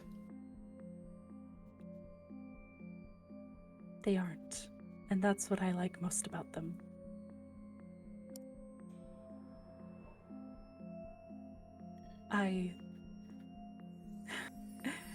Your positivity is infectious, Thaddeus. And I hope that you continue to be positive. Because we need that here. No one here knows how infectious it is as much as I do. I was a mopey little kid, remember? Basically just kicking rocks across the beach in the stocks, wondering where the hell I came from. Until you and Mai and Jillian drilled this into my head. This isn't just my positivity. It's all of us. And I'm not gonna sit here and smile in the face of hell itself, whether it be a demon or a horrible plant, and pretend like things are okay when they're not. When there are holes in the ship, you fix the ship. When the machine doesn't run, you find the piece that's broken, and you fix it.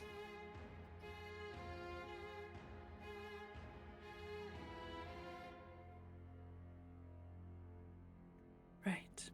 And that's what we intend to do. Exactly. Right now, though, I think the solution, and our proverbial wrench, is going to be an awful lot of fire. Well, I know they don't have much in need of supplies here, but we can always take a look around, see what we can come up with. Yeah, I'm gonna do my best, but You know right I'm now, always here to support you. might need your arms to put some of this stuff together. If you've got some free time.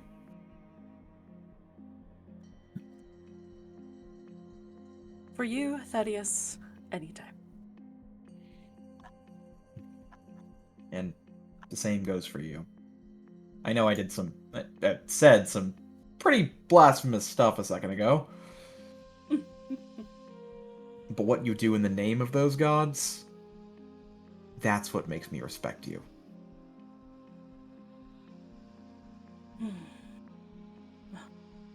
Thank you. I just don't know if they're affording me the same kindness right now, but... Well, you still got your magic, don't you? Thank goodness for that. They didn't give up on you yet. Just like we won't.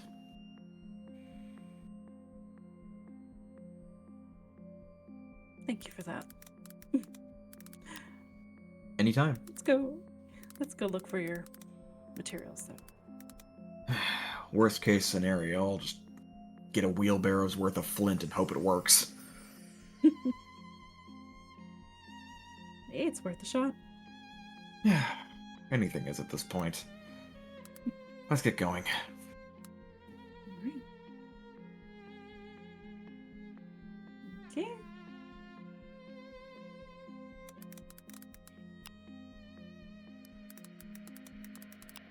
All right. Then, we'll go ahead and move on. So, I'm just going to. It'll be SK, Tate, and Quinn that are going up to fetch the body, essentially. Body recovery service. Can I get with this? We'll just keep this moving. Can I get you folks to all roll me? Let's just say stealth checks, and I will add stuff to it. Are you all rolling in dirt? I need to ask.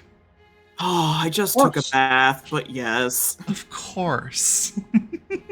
Back to the dirt with you. No. I got a 19 for stealth. Everyone's always so dirty in this place. So gross.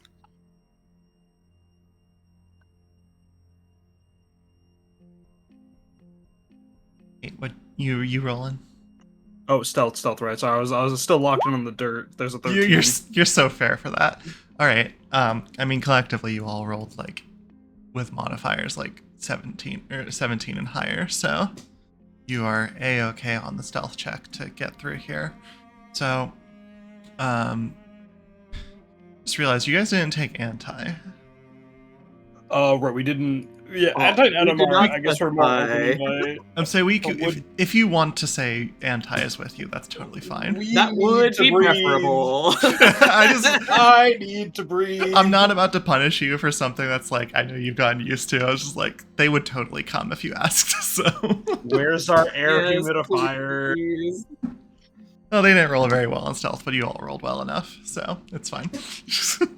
But yes, so the group of you, 4 of you, go through the mist, following the little signs that Quinn had put up on the way there, and just like as you start to get closer, you just start to see like fallen. You get closer to the battle site, you see just like these fallen trees everywhere, big like marks in the dirt from where like the weight of the Namiota just kind of into the ground and all that stuff. And you can see that there is, in fact, that's that body that that monster that was defeated and laying on the ground is still currently there. So Quinn will kind of speak up and just be like, good luck. And he goes to pick it up, and it's absurdly heavy. Like, way heavier than... He's got me. Yeah. So, between the two of you, can you make, I suppose this would be athletics. Can you make a athletics check? I'm gonna surge up. SK, are you gonna help carry, or are you bodyguarding? I think he's better served keeping an eye on things. Okay. Making sure nothing is drawing close. Then please perception check for me. Yee. 15. All right. We'll say anti also helps with the moving. Okay. With all your mights combined, you can pick this up, but Tate, you've lifted so many heavy things in your life. You would say it's probably fair to say this thing weighs like 400 or 500 pounds. Holy shit. He's extraordinarily heavy. But SK, as you start to like kind of make your way walking back with the body in tow, SK, you kind of look around, and as you're on your way back, you start to notice some of the usual suspects. There's some vines that start to come across, but they seem to be a little less focused than usual, I would say. Like, rather than like moving towards sound, they're kind of just dangling there empty. Like, seemingly not being guided by anything. But easily enough, you are able to get the body back down and into the city of Dashek, and Quinn will guide you folks to the what will essentially become Thaddeus's little workspace. And you can see as you kind of walk in there, it's all of the facilities here are extraordinarily modest, just given what they are. You can see there's just like a few blankets on what seem to be like bed shapes, as well as a few extra carvings in the walls. Nothing too much to report other than just like a few symbols of the moon. So setting it down there, Quinn takes a deep breath and just say, "All right, it's been a long day. I suppose we should all go get washed up a little bit in the cove, considering all the mud and such. But feel free to check in for the night after that."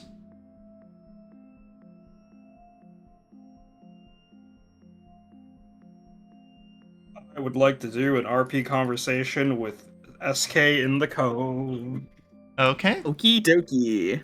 Sounds good. So, as you two men are cleaning your bodies in the water, Why did you say it like Word that? like that? I don't know why she said it like that. I am not a pure child. Thank you. No, you are not. You are not free from sin. I am not free from sin and thinking about this. Anyways, please have your serious RP conversation, friends. The least sexy emotional conversation ever.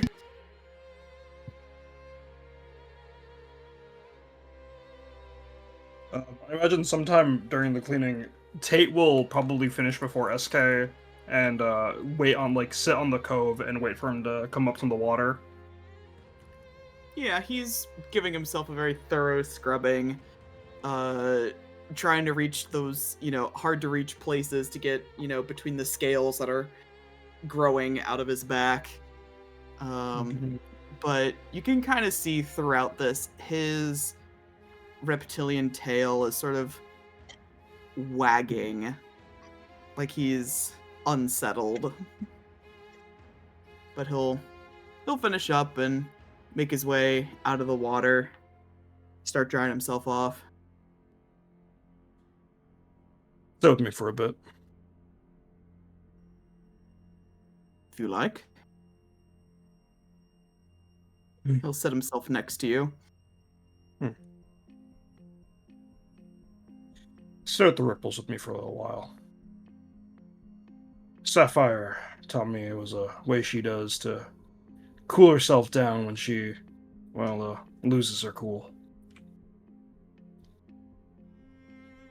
Oh dear, have you lost your cool recently? Yeah, between, what we talked about earlier today and, it wasn't exactly comforting lifting that heavy thing in a forest of unknown deadly dangers. I knew you were looking out for us, but still at any moment getting jumped like that while carrying a 500-pound object is not something that keeps the nerves calm. I understand. It's... how to describe it? Of course, plants are living beings, but the forest feels alive. its own entity. It's claustrophobic up there. I'm just gonna add for a second, sorry to interrupt. Sewer King, you can still feel that beating of the heart inside of you.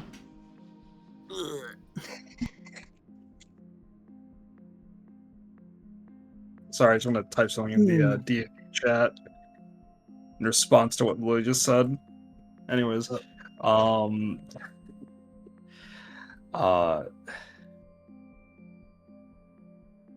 Sewer King, you get the...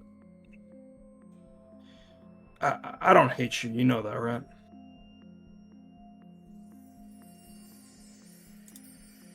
Well, that's good to know. No, it might not have been... No, it definitely didn't feel good to have so many of us scolding you at the same time. No, 'twas a veritable round of treason, if I do say so. Well, I couldn't... well... If you're calling that treason, what would we call you endangering our lives? I'm not trying to start something right now, but treason's a bit of a strong word. No, I suppose that every monarch still needs his councils, his senates, his viziers and courtiers.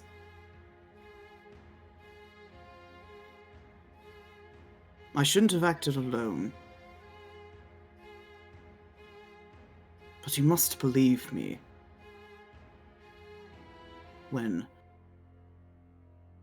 I say it was for the best. No, you intended it for it to be that way, I know. I want to be honest with you about something really quick, and I don't want you to take it in a wrong way. When I first met you, I mean like properly met you when you would come over for food that one night when my family was asleep. Not when we saw you during the ambush in town, because when I first saw you then I thought, huh, you look strange. I must run for my life. Not running from you, but from, you know, the town being attacked. I wasn't sure what to make of you right away. First impressions are difficult for me to make and do. But I like animals, alright? I like taking care of the cattle back home. I like caring for the plants. And I appreciate that quality in a person. Seeing you show and care for those rats, which for you must be second nature. They're your closest companions, but to most people they're not looked down upon. They're not looked upon quite well. I saw compassion in those eyes. I thought you were beautiful. Kind of cheesy, I know, but I knew from that moment I could put faith in you. But earlier today, I only caught a glimpse of it before Gale jumped you. And I could see it tinging in your eyes when we were talking. I didn't see that side of you. I'd come to know all this time. In Kenril, when we showed mercy to those experiments we found. Back home in the stocks. All I saw in you today was a hunger that was quite alien to me. Something that felt kind of hateful. And... go ahead. Hateful? I don't think there's anything within me that has the capacity to hate. Just as we are capable of good, the light our kindness shows casts a darkness of which we do not know its full depths. My ma was a bit of an edgier poet when she was younger, and I do like to read her material, but I'm only saying hateful because I'm not saying what you did today was hateful. was confusing, conflicting, and again, you had 3 to 4 people scolding you. Everyone would get defensive in that point. But I only say that because I kind of recognize that feeling, that look, that judgment. Because even though you say you don't think you have any hate in you, I know I got hate in me. I used to be. Yeah, you had the luxury of not not dealing with me growing up. Trust me, I wasn't always this big. And I know I ain't tooting my own horn right now, but I definitely wasn't as cheerful back then. I was quite gloomy before I met everyone. Before she introduced me to Kloven, got me talking to Sapphire and Beth, got me really talking with Thaddeus. I knew he worked with my dad, but I never really gave him a second thought. The people who cared for you dragged you from the depths. Yeah, you could say that. Got me looking at a whole lot more than just myself. He kind of nods at that. We are alike in that way, then. Yeah. That's why I felt kind of scared getting a similar feeling from you today. And I wanted you to know that, just like how I took you along today for the second trip, even though you thought I'd tell you to stay, I'm with you through thick and thin. You get that, right?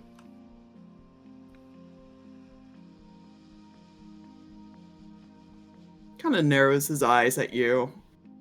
Oh, I'll get frustrated. Don't you doubt that.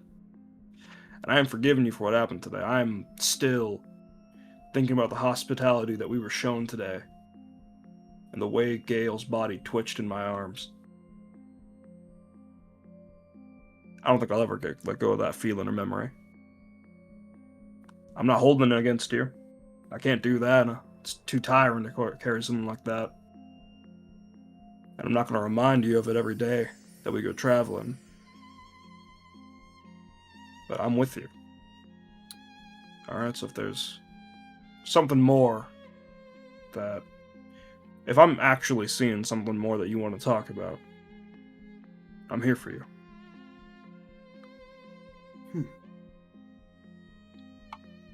I know what it's like to hold it in all too well.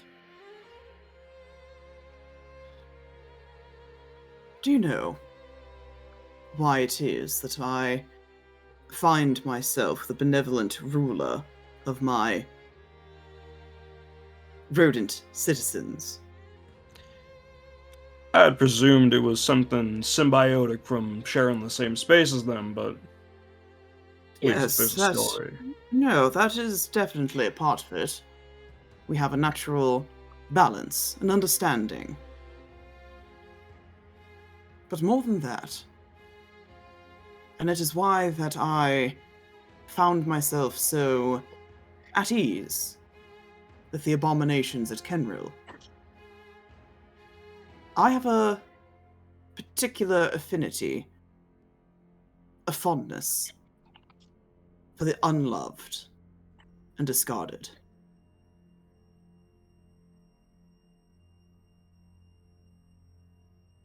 I think it is why I never ascended to the surface of the stocks till very recently.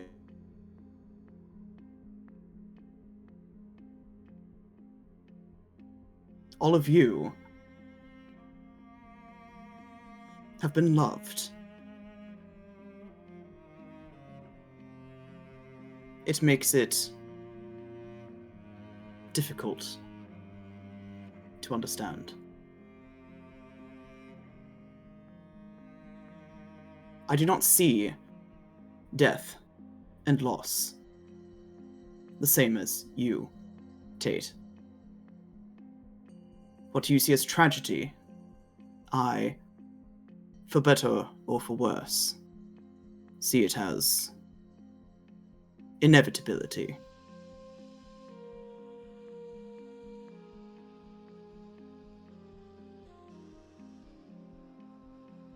It will happen. And I know the world does not care for the lives it chooses to take away. But that doesn't mean we could be so callous. In a world that is cruel and uncaring, the strongest thing you can do is be kind. And I've seen you show that affection. So, I know you have it in you to show it to these people too. And I know you're not exactly the coward you described yourself as. I don't think you were trying to help Gale to cover your tracks either, when you were saying that.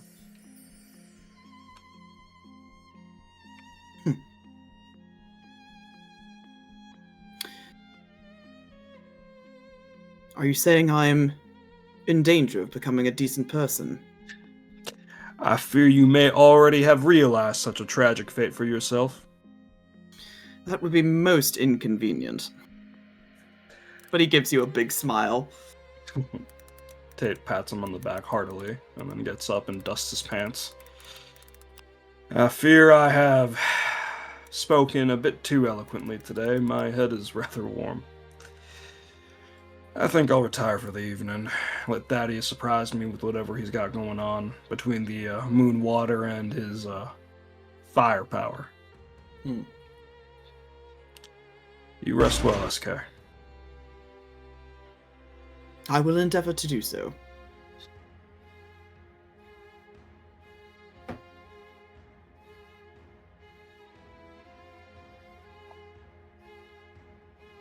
All right.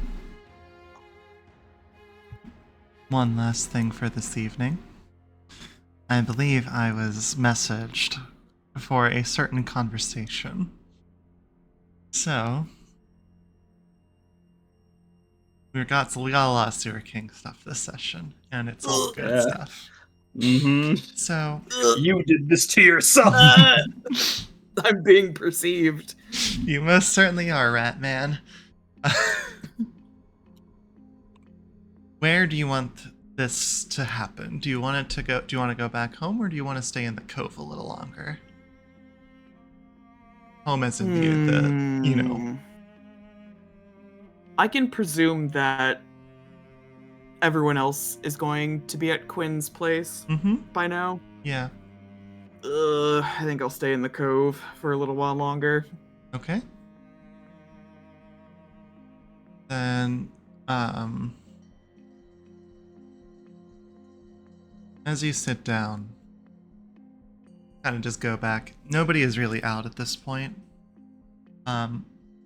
Worth noting that Quinn stayed back a bit before coming to clean, but sitting down in the cove, kind of just thinking through everything that's happened. You just hear the softness of your mother's humming in your head once more, as she is trying to calm you. I know you mean well, but if this is your attempt to placate me after today's events, I'm sorry to say I'm not in the mood.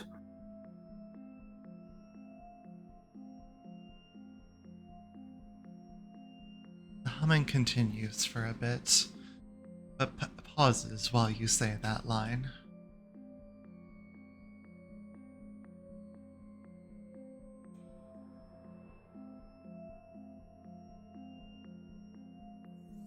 I feel like I did something wrong today.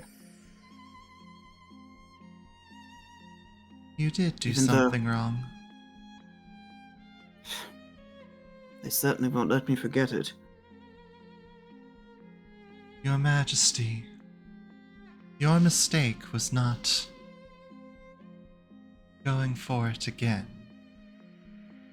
You had the opportunity, but you chose to dive in to save the life of one minuscule, unimportant man.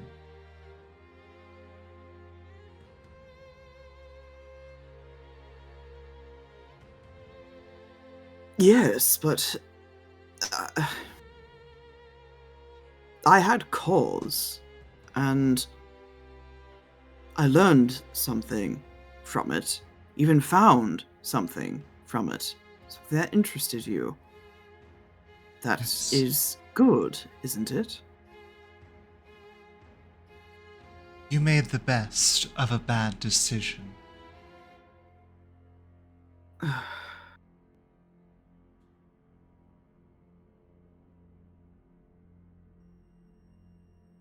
I told made you, these people will never trust you to make the right decisions for them.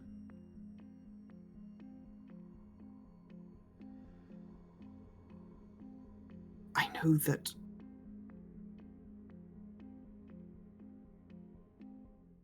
I know they don't understand.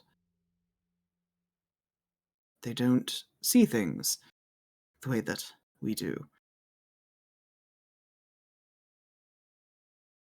But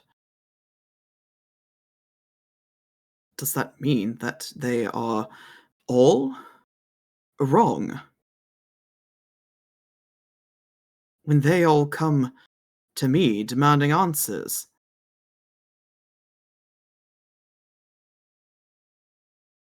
does that make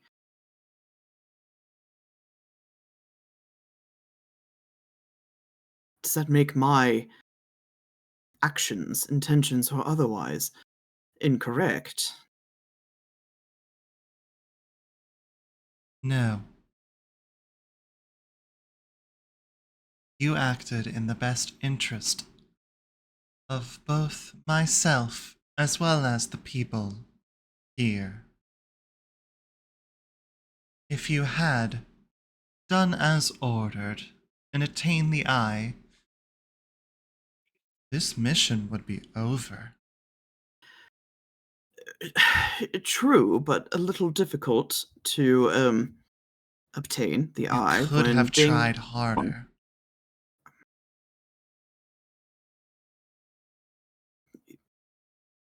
You're right. You're right. They don't care about you like I care about you, Sewer King. I I know that. I don't think you do know that. They do seem to care, though. At least a little.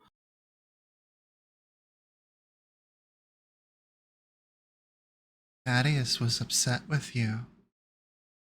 He doesn't really love you.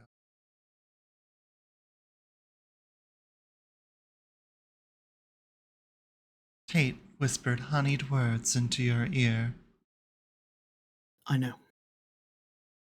but he doesn't really mean them. He just sees you as an asset. Poor farmer boy. I don't know if he's clever enough to be so nefarious. He said I was beautiful. SK? This moment you Yes. feel a retch in your stomach. And you just feel something rise from the pit up your body and out as you just spit out a glob of black ooze like tar.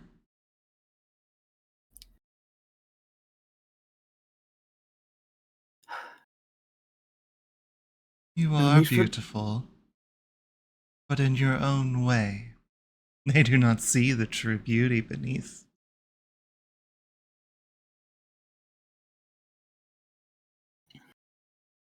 Just kind of rinses his hand in the cove, watching the ichor dissipate in the water, and just, please, mother, no need for dramatics to get your point across. It seems I may need to be dramatic, considering you seem to be so quickly willing to cast aside someone that's been with you forever. I'm not. I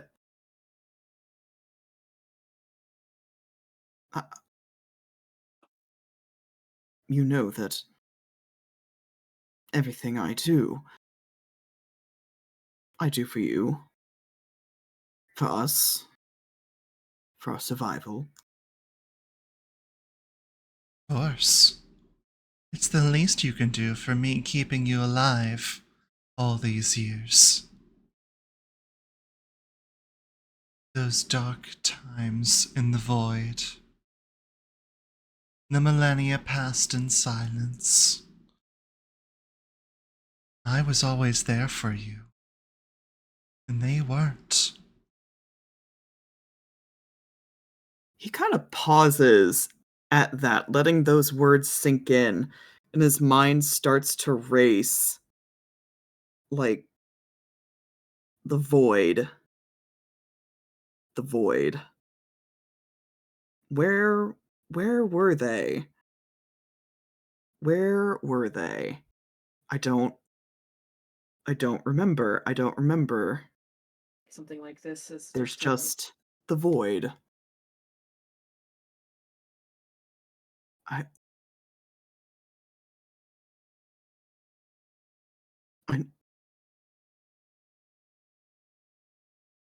I know, but Every time the timeline was reset, I pulled you out.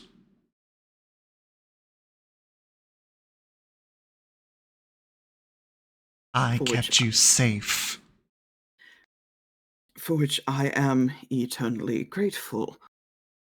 And no words can adequately express the depths of my gratitude.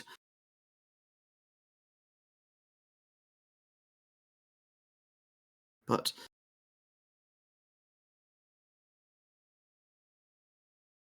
they can't be. They can't be all bad.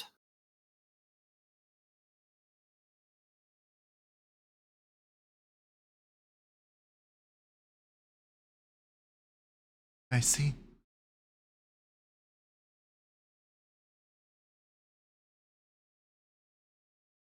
Would choose to And trust them.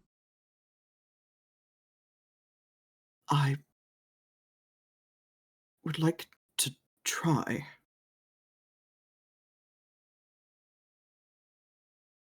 That doesn't mean that I value your company, your advice any less. And we did get something good today. Something powerful. Indeed. Though I've yet to determine what it is. There is power emanating from it. And I knew this would happen. It happens every timeline. You stand up to me, thinking that your friends will be there for you. But in the end, it's only ever just me.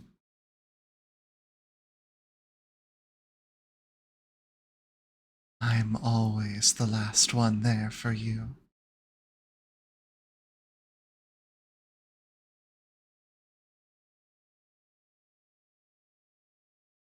I suppose the definition of insanity being repeating one's actions and expecting different results.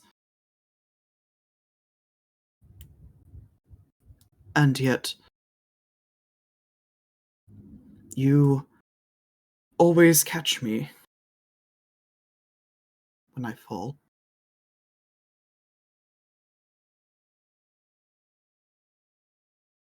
She goes quiet for a minute.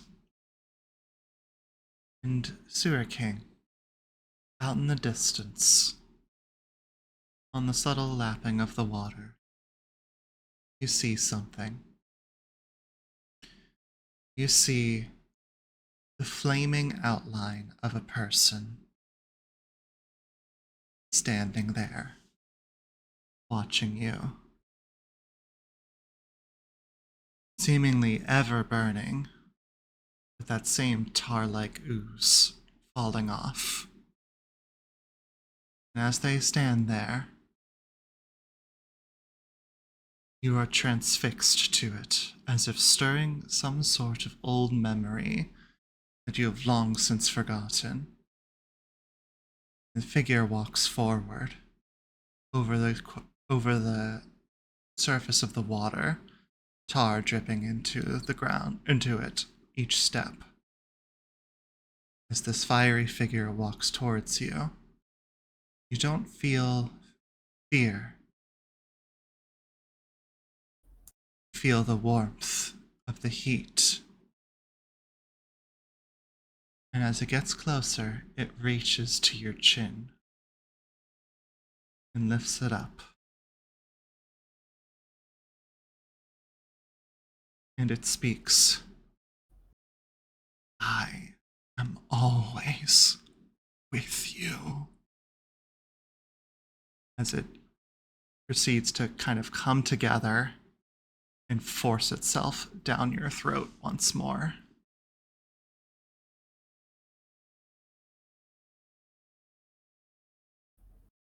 I think after that, he just sputters and gags, coughing violently, but ends up swallowing it all down, collecting himself, and with a big sigh, tries to do, for a moment of collecting himself, tries to sit there for a moment longer, remembering what Tate said about looking at water ripples after losing your cool, but he doesn't feel any calmer. He doesn't feel the fire and the molten tar settling in his gut. He just sighs, dresses himself, just enough to be presentable in public, and he'll make his way back to Quinn's place. All right. Are you going to lay down and relax for the night then? I think he will attempt to. Okay.